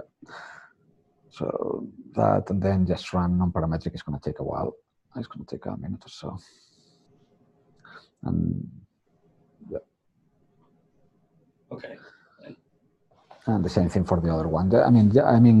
This is in terms of the actual analysis results that you might be interested in looking at. But for educational purposes or for logic purposes, this is still making sense, or at least working in the way that we would expect, basically, which is basically that adding that covariate to the degree that there is a certain amount of correlation between the functional activation and severity within patients, controlling for that amount of correlation, because we actually don't care about that, and we just know there is an additional source of variability that we can control for it. It helps in terms of sensitivity for most of the analysis. Of course, the same thing doesn't apply if you enter a random covariate, right? If you enter something that actually doesn't correlate with activation, just adding covariates to control for doesn't always help. I mean, it only helps when those covariates are actually explaining something that is in the data. If you just add random stuff just in the hopes of increasing sensitivity, that is not going to work in general. So that's why, I mean, you typically put some thought into thinking about which covariates do you want to enter into your analysis, and find a subset of variables that make sense. I ran out of things to say while we wait for this analysis to finish. Do you have something? Well, one, it seems like it would be good if we could find those other 4 severity scores, because controlling for severity seems to be helpful here. And severity is, like, that was just one that was in there. Matt already had in there. I think it would be interesting to do a similar thing, trying to control for the variability associated with motor learning. That would be so. Matt, if you could track that down, and then we'd want to zero that within each group. Mm-hmm. Or you could do a test to see if there's a group difference. If there is, zero within each group. If not, don't. Actually, don't see those numbers where they are. Is the top significant or is not? It's 0.03 or points. I don't see what it says in the PFDR stuff. But 0.039. Okay, so that's kind of like close to significant. It's kind of like borderline, but it's still significant. So yeah. Somewhere in that big area. Yeah, exactly. So that's kind of like a trade-off. I mean, when we're lowering the threshold, the high threshold, we're basically looking for relatively large areas of relatively weak differences between the two groups, right? And that's what we are getting. I mean, if that is what that is actually in the data, that's what you are most sensitive for this type of configuration of parameters to find. Okay, can you do the same thing for the other analysis, just to see whether this kind of like combination would also have worked to make those that cluster kind of like significant in the other without controlling for so 0.01, and then run cluster level statistics. Sorry, non-parametric analysis for that. And what we're looking at here, I believe, is control minus patient, right? I don't recall. It was a group effect, and it was encoded as zeros and ones, and zeros and ones correspond to the alphabetical order. So it's control. Let me recall. Well, group is just listed as controls and patients right now, right? Not zeros and ones. But it's converted. Yeah. Right. It was, but the actual words were controls and patients, or was something else? Yeah, the words are controls and patients. Yeah. Okay, so then controls would be the ones, and patients would be the twos, because the P they go alphabetical. So when you're looking at this effect, this is patients minus controls. So it's looking at the because it's the effect that is higher in 2 compared to the ones in the choose and chooser patients. So this is looking at patients. Positive means higher in patients compared to controls, and negative, so the blues are higher in controls compared to patients.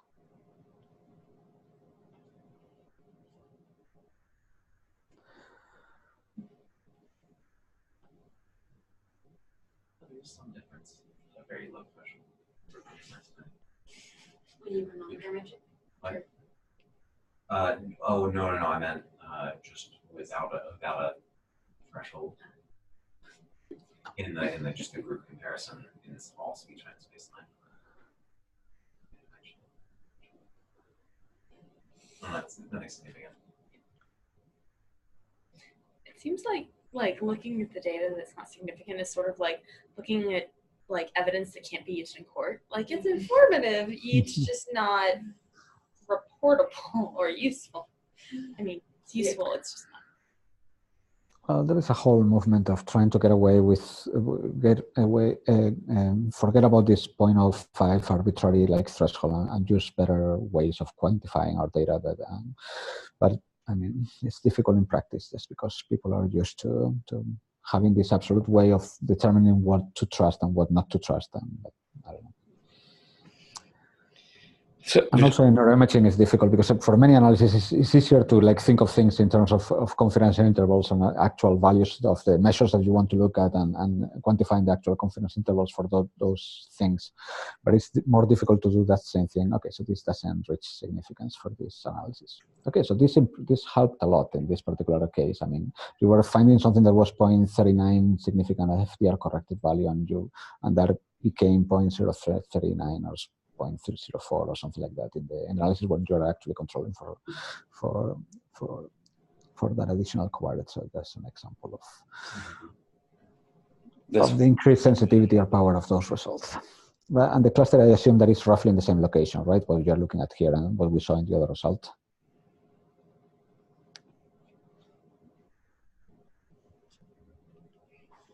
What? I'm sorry. I'm writing. Sending Jen an email to get try and get to the bottom of this. Matt, can you just quickly bring up the last window so we can just see the location of that significance? Yeah, so they do overlap a lot. Right. So they are pretty much the same. Yeah, what we're seeing. Okay, so can you, Matt? Would you mind? So is this an interpretation here that using the non-parametric stats at a voxel threshold of 0.01, we do have a cluster that's significant at the PFDR corrected? Yeah. If you change the threshold, right? If you change the threshold to 0.05 in the cluster size PFDR corrected like window, like change that one to 0.05, and then you will see that cluster survive only one cluster in this window. But if you do the same thing on the other window, you will see no cluster at all because nothing survives that level. So yeah. Just go ahead, just undo it, just so you see what I mean. Just change that to 0.05. Like that. Go to 5. 0.05. Which was kind of like the default. That's kind of like the default threshold that you want corrected for FDR corrected across. So it's telling you that is one cluster that is correct, and this is probably corrected across multiple comparison. It's telling you that there is one cluster where the activation is higher in the patients compared to controls. In that difference, in that particular contrast, we are looking at, I think it was novel minus learn, right? For this study, for this analysis. Right. And if you do the same thing for the other analysis, which was the original contrast without controlling for severity, that you should find nothing, basically nothing survives at that level, at the same like threshold level.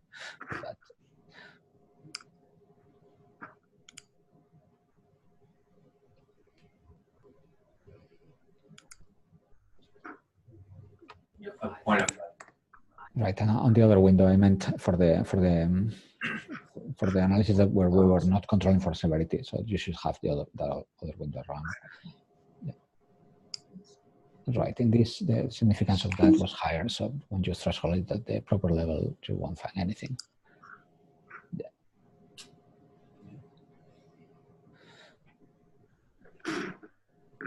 So that's a result. Jason, you mentioned in one of our previous conversations that this is like a respiratory area. Well, this goes beyond that, though. Can you pull up the surface? Right, and it's telling you the list on the bottom. It also tells you kind of like where you have like 449 voxels in the post-central gyrus, right? And then probably what is it? Superior frontal gyrus, superior parietal lobe, central gyrus. It's in a place it's not interpretable, but it's a thing. No, it's kind of like medial. I mean, just look at the view left. This is right hemisphere, so right medial stuff. You should probably see it.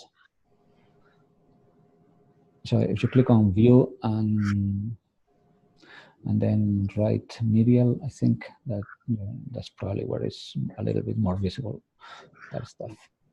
Or just superior as well, because there seems to be like so view superior also should work at least for that. Or you can just click on the image and rotate it around to look at those results if you want.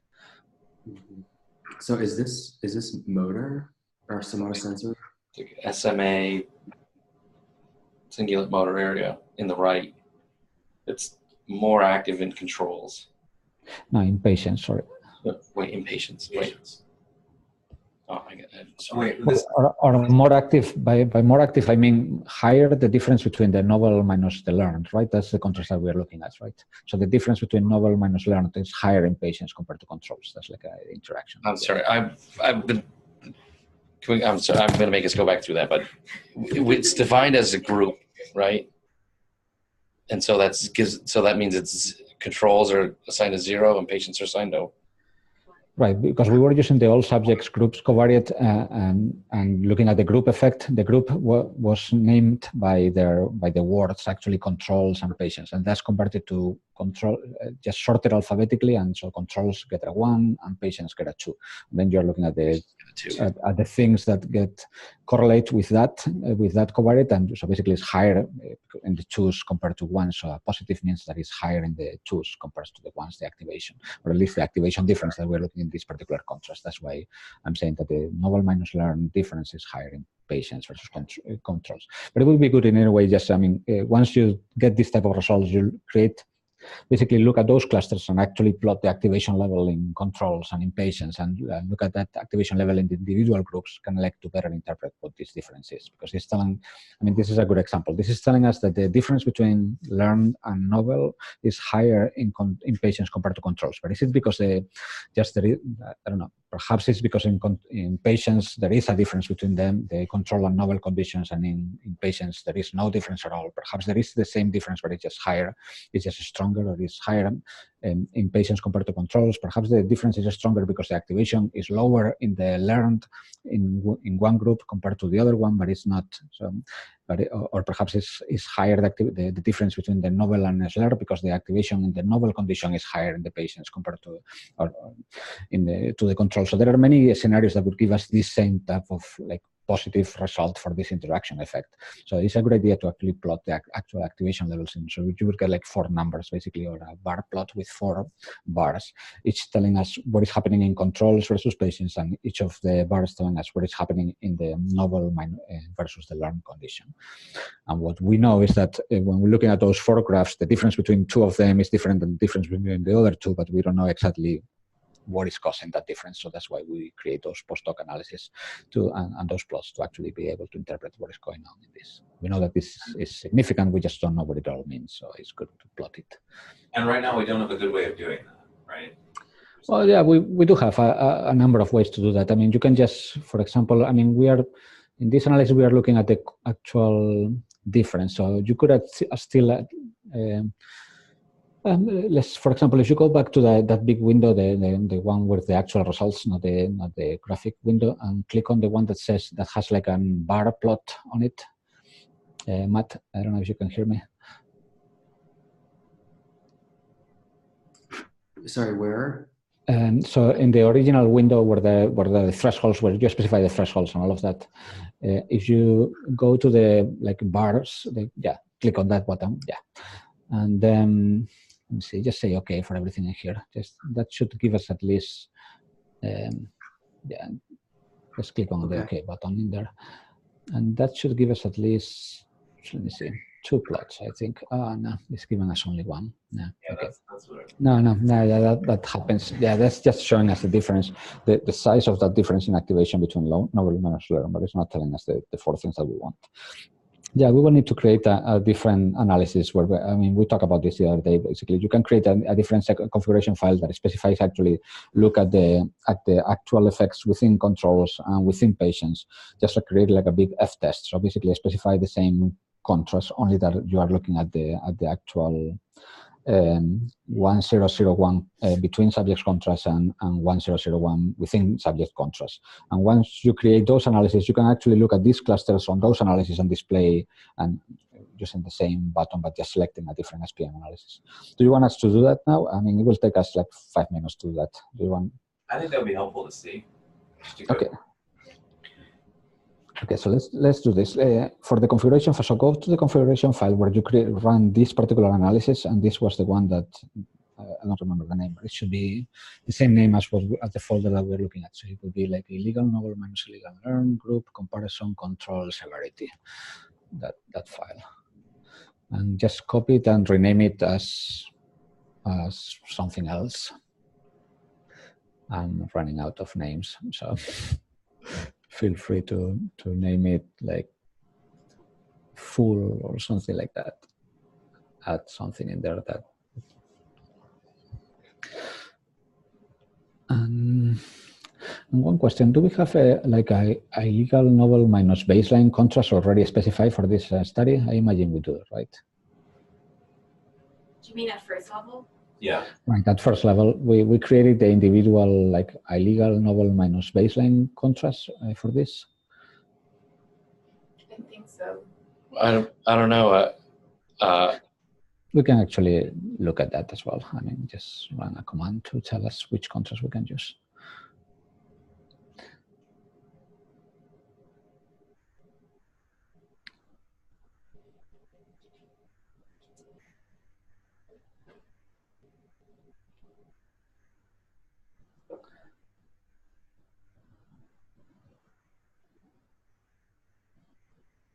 So just as we wait, I've got it's Bruin playoff season, so Derek Beal, I know, is answering his texts because he's pinging me all the time. And I just wrote to him to see if they were missing, if he recalls missing severity data, and he said no. He calls having all of it, so he's going to look into it. That'll be good. That really took a left turn. I mean, it was. While we've got you, it's Bruins season. Yep. Well, I know that data he's in the actively ignoring it. Those data points were missing in the spreadsheets that I received from Jen. Yep. So he asked about if it was a missing spreadsheet or some sort of transfer. We recently did from a chart. I don't know what that means. Some Canadian thing, I assume. But I don't know what that means. Spreadsheet. Well, he already said, is it from a spreadsheet or is it a chart? Okay, so is this the configuration file that we have, the new version? I think it's more of a medical thing than a Canadian thing, but sure. Right, so you want a new configuration file, novel minus learn for what? So I wanted to copy just and give it a different name to the same configuration file that we just were displaying. Basically, the difference between control and patients for the control while controlling for severity. That configuration file, I just want to have a copy of that and rename it to something different that we can, just for plotting purposes, so that we can create a plot that we want to. I'll just keep it copy for now. Okay, that looks fine. And then change the where it says illegal novel minus illegal learn, just change that to illegal novel minus baseline and illegal learn minus baseline. So two contrasts we are specifying there. And we are assuming that those exist, and we are going to check in a second whether that is the case. Right, and then The first I believe. Right.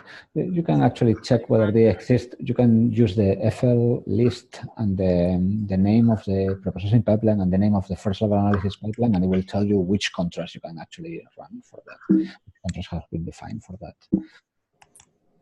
So if you use FL and then list, then the name of the preprocessing pipeline.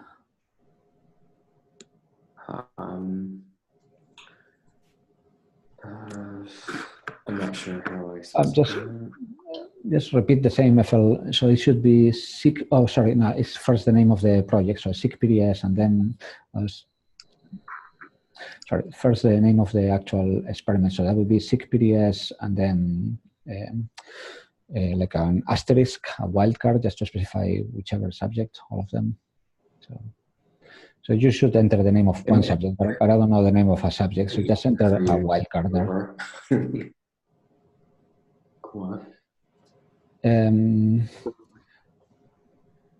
I'm sorry, the audio is really bad, and I don't quite Sorry, understand what you want me to do.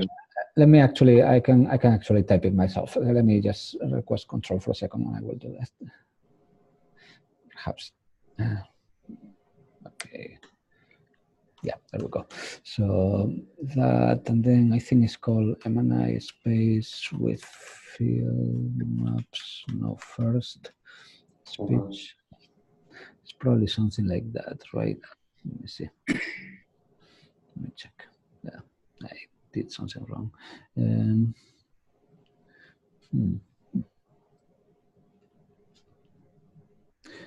What I don't quite see. Do you see the font a little bigger? Perhaps I miswrote something. Field maps. No first.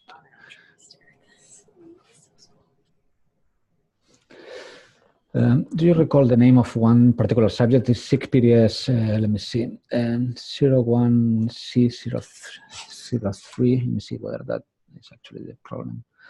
Yeah, that is the problem. I have to specify a subject. Okay, so we have this contrast. The illegal minus illegal, illegal minus baseline is there, and illegal novel minus baseline is there. Okay, so we can use those contrasts. We are fine. This is just to double check that that this particular contrast is fine. So we enter those contrast names in here, which is fine.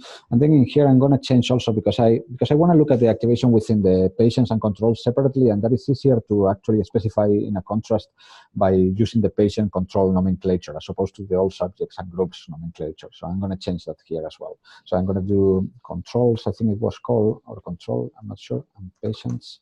It was controls and patients or control patient? I think it's just control and patient. Okay, so, sorry. Okay. No, but the covariate names, actually, the first, I didn't look at it, the first lines, they were... I think it's just control. Control, okay, I'll do that again. Control, patient, and then severity is fine there. And then we are going to enter, okay, so this is just for plotting purposes. I specify all of the individual contrasts that I care about separately, all of the same things that I enter into the sign matrix, and then I'm going to enter the actual contrast that I care about, which is going to be what happens within controls. Typically, if I just care about the average activation within controls, it will be, let me see if I can, it would be, whoops, sorry, 100 contrast for the what is happening in controls and 010 contrast for what is happening in patients, right? Okay, so this is the thing that we want to run. And do you need to do the within? I don't need that. I mean, if you want to display anything that I specify here will be displayed as a separate bar, basically in my plot. But since I just want to look at the actual, I want to create a bar plot with 4 stuff, basically what is happening in controls and what is happening in patients. I don't want to look at the correlation with severity, so I just don't enter it here. The activation levels in each of those. Makes sense? Doesn't the number of entries in contrast within have to match the number of entries in, what is it, condition or contrast? Oh, right. The contrast within is fine. Yeah, right. That is wrong. You're right. I need to enter that, basically. Yeah. Exactly right. Yeah. So basically, for every line in the contrast that I enter here, we will create a different plot. Basically. Yeah. To say something. Okay. So I'm going to give up now the control, and you can just run this analysis. Actually, I can do that as well. Perhaps it's simpler because if you are not hearing me very well, perhaps it's simpler for me to actually run this than to. Let me see. And then FL, I think second level.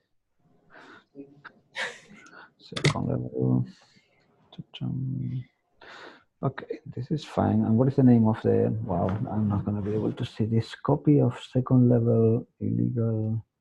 The copy of might be an issue though, because it comes before the second level marker. Sorry again?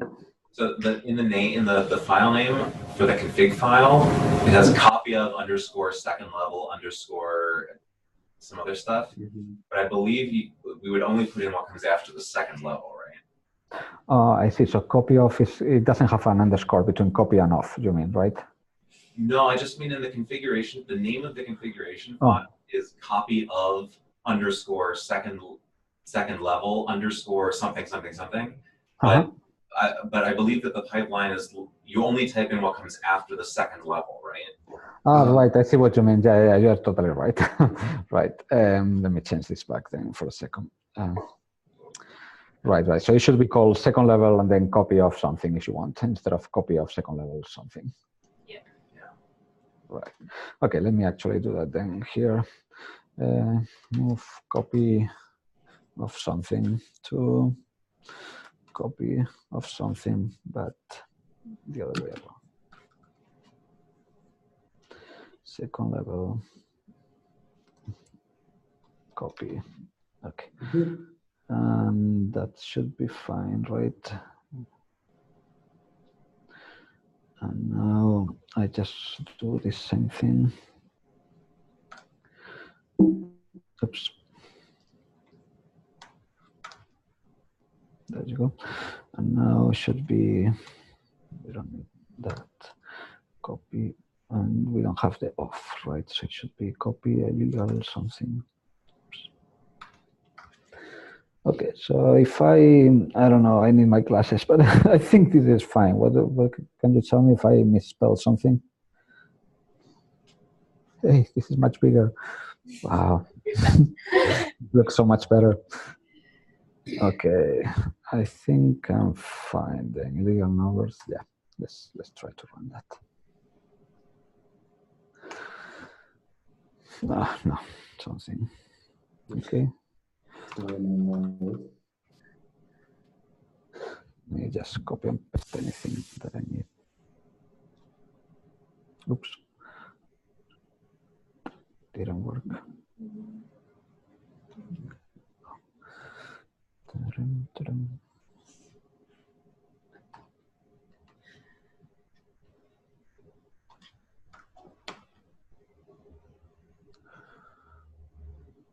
All right.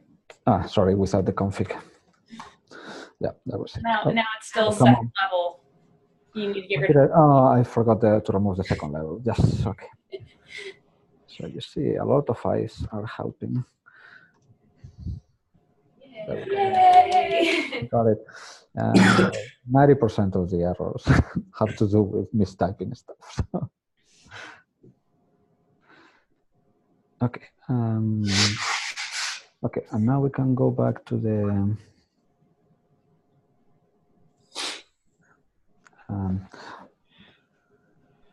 After this finish, we can go back to the. Okay, I'll let you do that portion because that requires give us remote control. There you go. Okay, so if you go to the original window where we had the original results that we were looking at, and we just wanted to create that plot and hit that button again that says like have this bar plot stuff.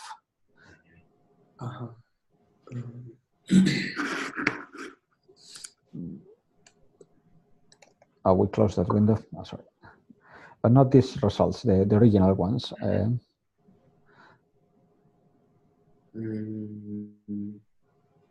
Right, will be.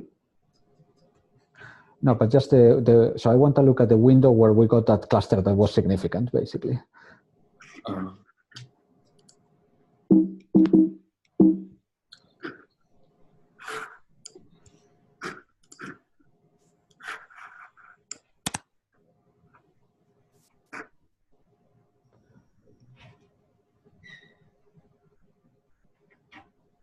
There's this one, control summary.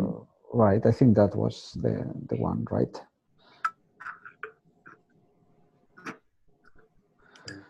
Okay, change that to 0.01. This one? Non-parametric stats. But yeah, non-parametric statistics, right? That's. I was thinking, why are we getting something different? Right, and then click on that button again.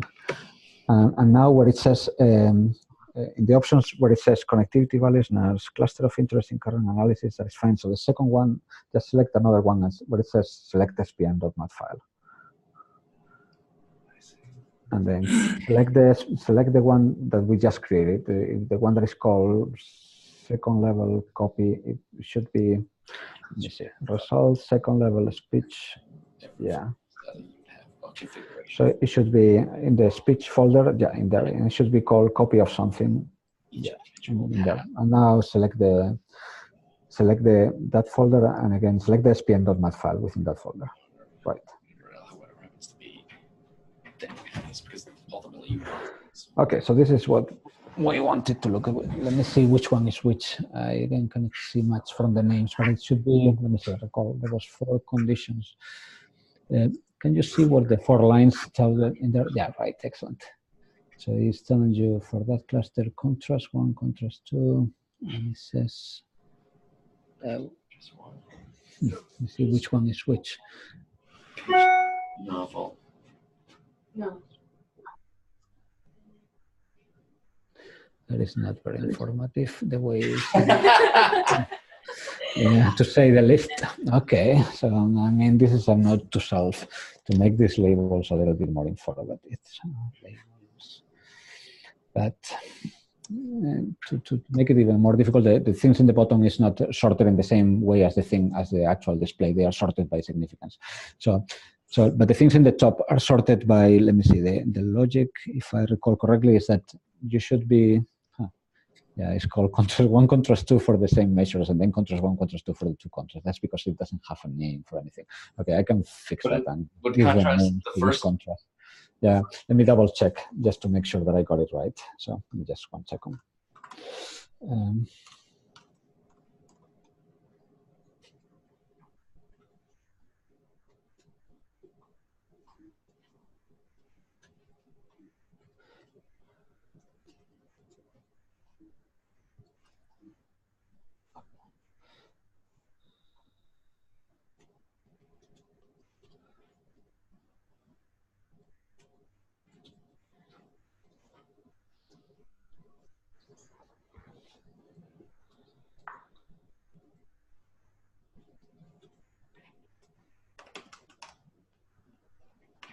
So it's really selecting the file from the F-test analysis. Is that what it was? We went back to the original analysis, clicked the bar, and then there was 2 different options. And I think it was to choose the cluster from this interaction analysis. And then was it the spm.mat file that you needed to select? Right, you specify for which, so you need 2 sources of information. Which analysis do you want to plot the data from, and which clusters do you want to plot the data from? So we use the clusters for this particular analysis, but the data from this other analysis, which had these individual effects, basically, the measuring what is happening in each of the individual 2 conditions and each of the individual 2 groups, basically. So that's where we're getting 4 plots. The 4 plots should correspond each to 1 group and 1 condition. It's only that the order, because they don't have meaningful names, we don't know which one. And the order should be either so we should be looking either at novel first and then learned for the first group, and then followed by novel and learned for the second group. Or perhaps we are looking at novel for the first group and novel for the second group, followed by learned for the first group and learned for the second one. So which one of those 2 options we are looking at is the one that I'm trying to discern from the code for 1 second before I actually make these labels a little bit more informative next time. Yeah, if some of them had 3 effects, perhaps we should have done that. We should have created the 3 contrasts, because we don't care about the third one, but just so that one of them has 3 things to plot. So it will be named contrast 1, contrast 2, contrast 3, and the other one will only have 2 stuff to plot, because we are looking at contrast 1, contrast 2. There will be a way to break that symmetry. But anyway, I'm looking at the code, so just 1 second.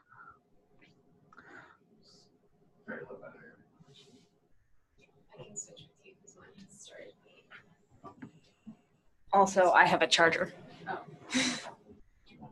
Oh. All right. Here's the next charger. Yeah. You have an old Mac, right? Yes. No.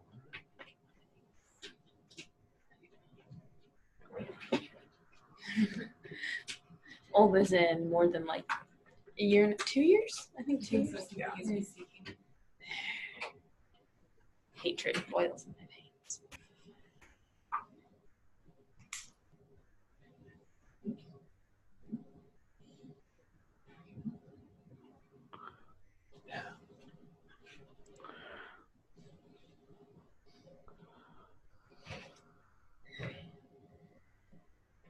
Okay, so if I got it right, but I mean, I'm not 100% sure, then the first two correspond to the first for the novel, and the last two correspond to the learned, basically. So we are looking at novel in the first one, in the first group, which is control. So the first one, the first error bar is novel control. The second one is novel, patients. The third one is learned control, and the fourth one is learned patients. That should be, and what we are seeing is that basically the novel control.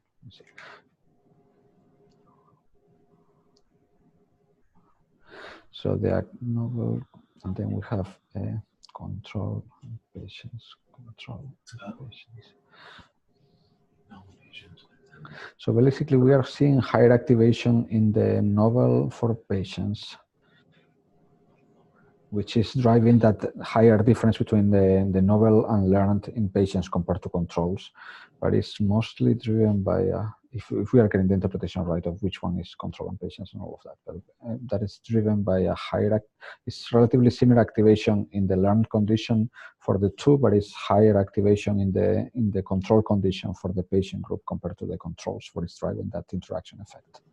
Does that make sense?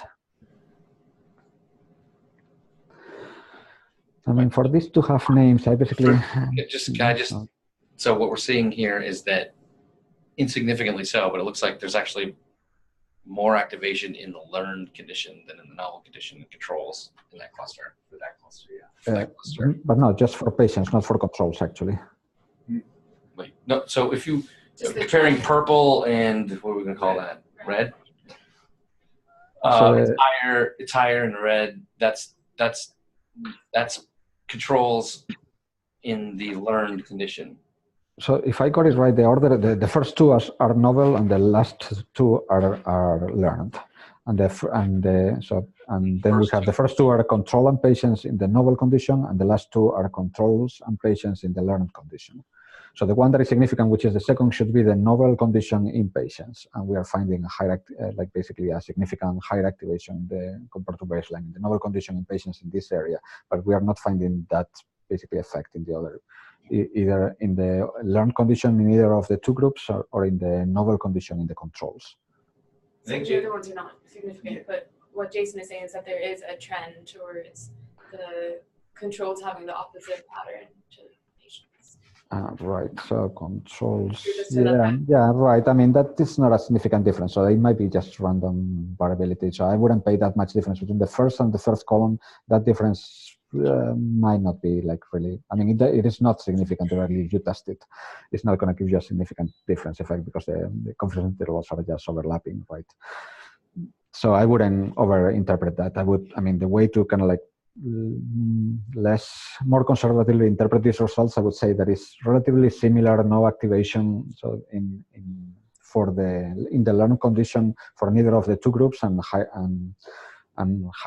basically higher activation within the novel condition in patients compared to control. So basically, this would be a region that basically gets involved mostly in the patient subgroup when experiencing novel stimuli, but it doesn't get involved either in the same condition for the controls or in the production of learned stimuli.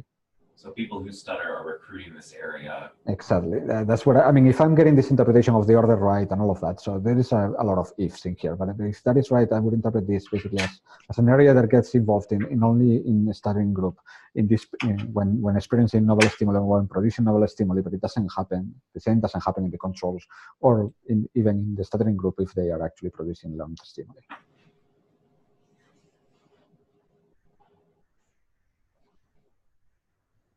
Right. Okay, so would you say, well, yeah, never mind. I'm not going to go down that road of like, let's make the configuration files very general, whatever. Do what we need to do. But this is very handy, having this. Like, ultimately, we need this. Yeah. Matt, how Right. would For the change labels meaningful? Would it be able to change it so that when we do this, you'll get some? Right, I'm thinking what is the best way to do this for us. I could automatically create those labels I mean, from the contrast. Basically, the only thing that we have for this, for the FL scripts to know are the names of the sign thing, the sign column. So it knows what you are calling in this particular thing controls and what you are calling patients. It knows the individual subject effects. So yeah, I can create it automatically. I mean, because it would be a pain to have to actually enter names for the labels for the actual contrast that you are looking at. I mean, I can more easily do that automatically derived. I mean, it's going to create some condition in some cases where you remember that. Well, but in our cases, we're always going to work with the participant's TSV file. So everything that we enter into our design is going to have a name because it's the name of that covariate that we are entering, right? So I think this is going to work, at least for us, just fine if I just create the names automatically of those conditions, just by fitting either the names of well, in some cases where you have a more complex contrast, it might be that the name is a little bit too long for our taste. So it's like if you enter something like a patient's controls and then a 1-1 0 contrast, it's going to tell you patients minus controls or something like that, which in this case might be what we want, but in some cases it might get too large. But I don't know. I think the automatic is going to work fine. If we run into scenarios where that doesn't is not the case, then we will consider adding like a label, another label type of thing where you specify the actual labels that you want to give to your contrasts for this type of plots. But let's try first the automatic labeling, the automatic naming of these plots to see whether that works good enough. Okay, you want to see something else? You want to like break here? We have been going on for a while now, so what do you guys say? Yeah, I would say let's break. It might be a good time to break. And Matt, before we break, can I just run something by you? So if you could get the 4 subject IDs that are missing severity data, pass them along to Bobby and ask her, unless you have this, I don't know if you have access to this, if she could track down the names. I can send you an email to this effect too when we're done, but if she can get the name of the subject and the date that they were tested, we can just have her write that down on a piece of paper that we'll shred. I can contact Derek, and he has that information. He has the name, he has the names of the subjects, and they can get their severity scores. And he believes that we have them all. Okay. I mean, I can get it myself tomorrow. Okay. You can get that information about the subject names and data. Okay. It's on the cabinet in her office. Okay. Excellent. All right. Do we want to set a time for a next meeting?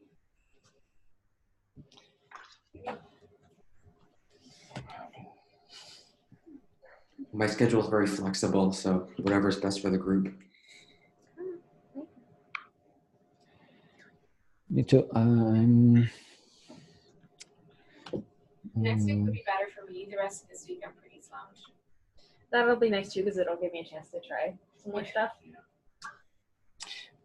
Yeah, I'm out of town tomorrow and Friday.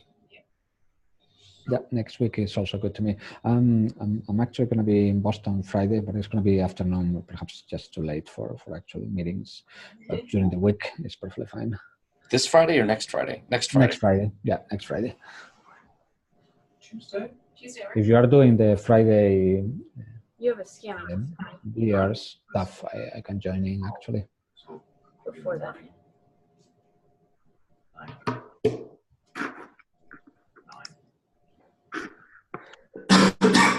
Oh, for this timeline. Yeah. Does that work for you, Alfonso? So sorry, I didn't hear the day. What? Tuesday the 23rd in the morning at 9. Right, let me double check, but I think so. Yeah, perfect, no problem. So 9 a.m. Tuesday, perfect. Maybe then we can start with the ePub data. That works for you, Megan. Yeah, it should be ready by then. I just wanted As to in, try I some of the just- stuff we talked about today. it's technically ready now, but I think I can try some more things. And for the ROI stuff, I know we're gonna need to go through it as a group. I was just, I was trying some stuff out. Maybe Alfonso, are you available? Either later today or tomorrow morning, just to kind of ask whether what I'm doing is correct. Sure, no problem. Today is I'm going to be a little busy for the next few hours, so that unless it's later afternoon, but tomorrow it should be fine. Let me just double check quickly.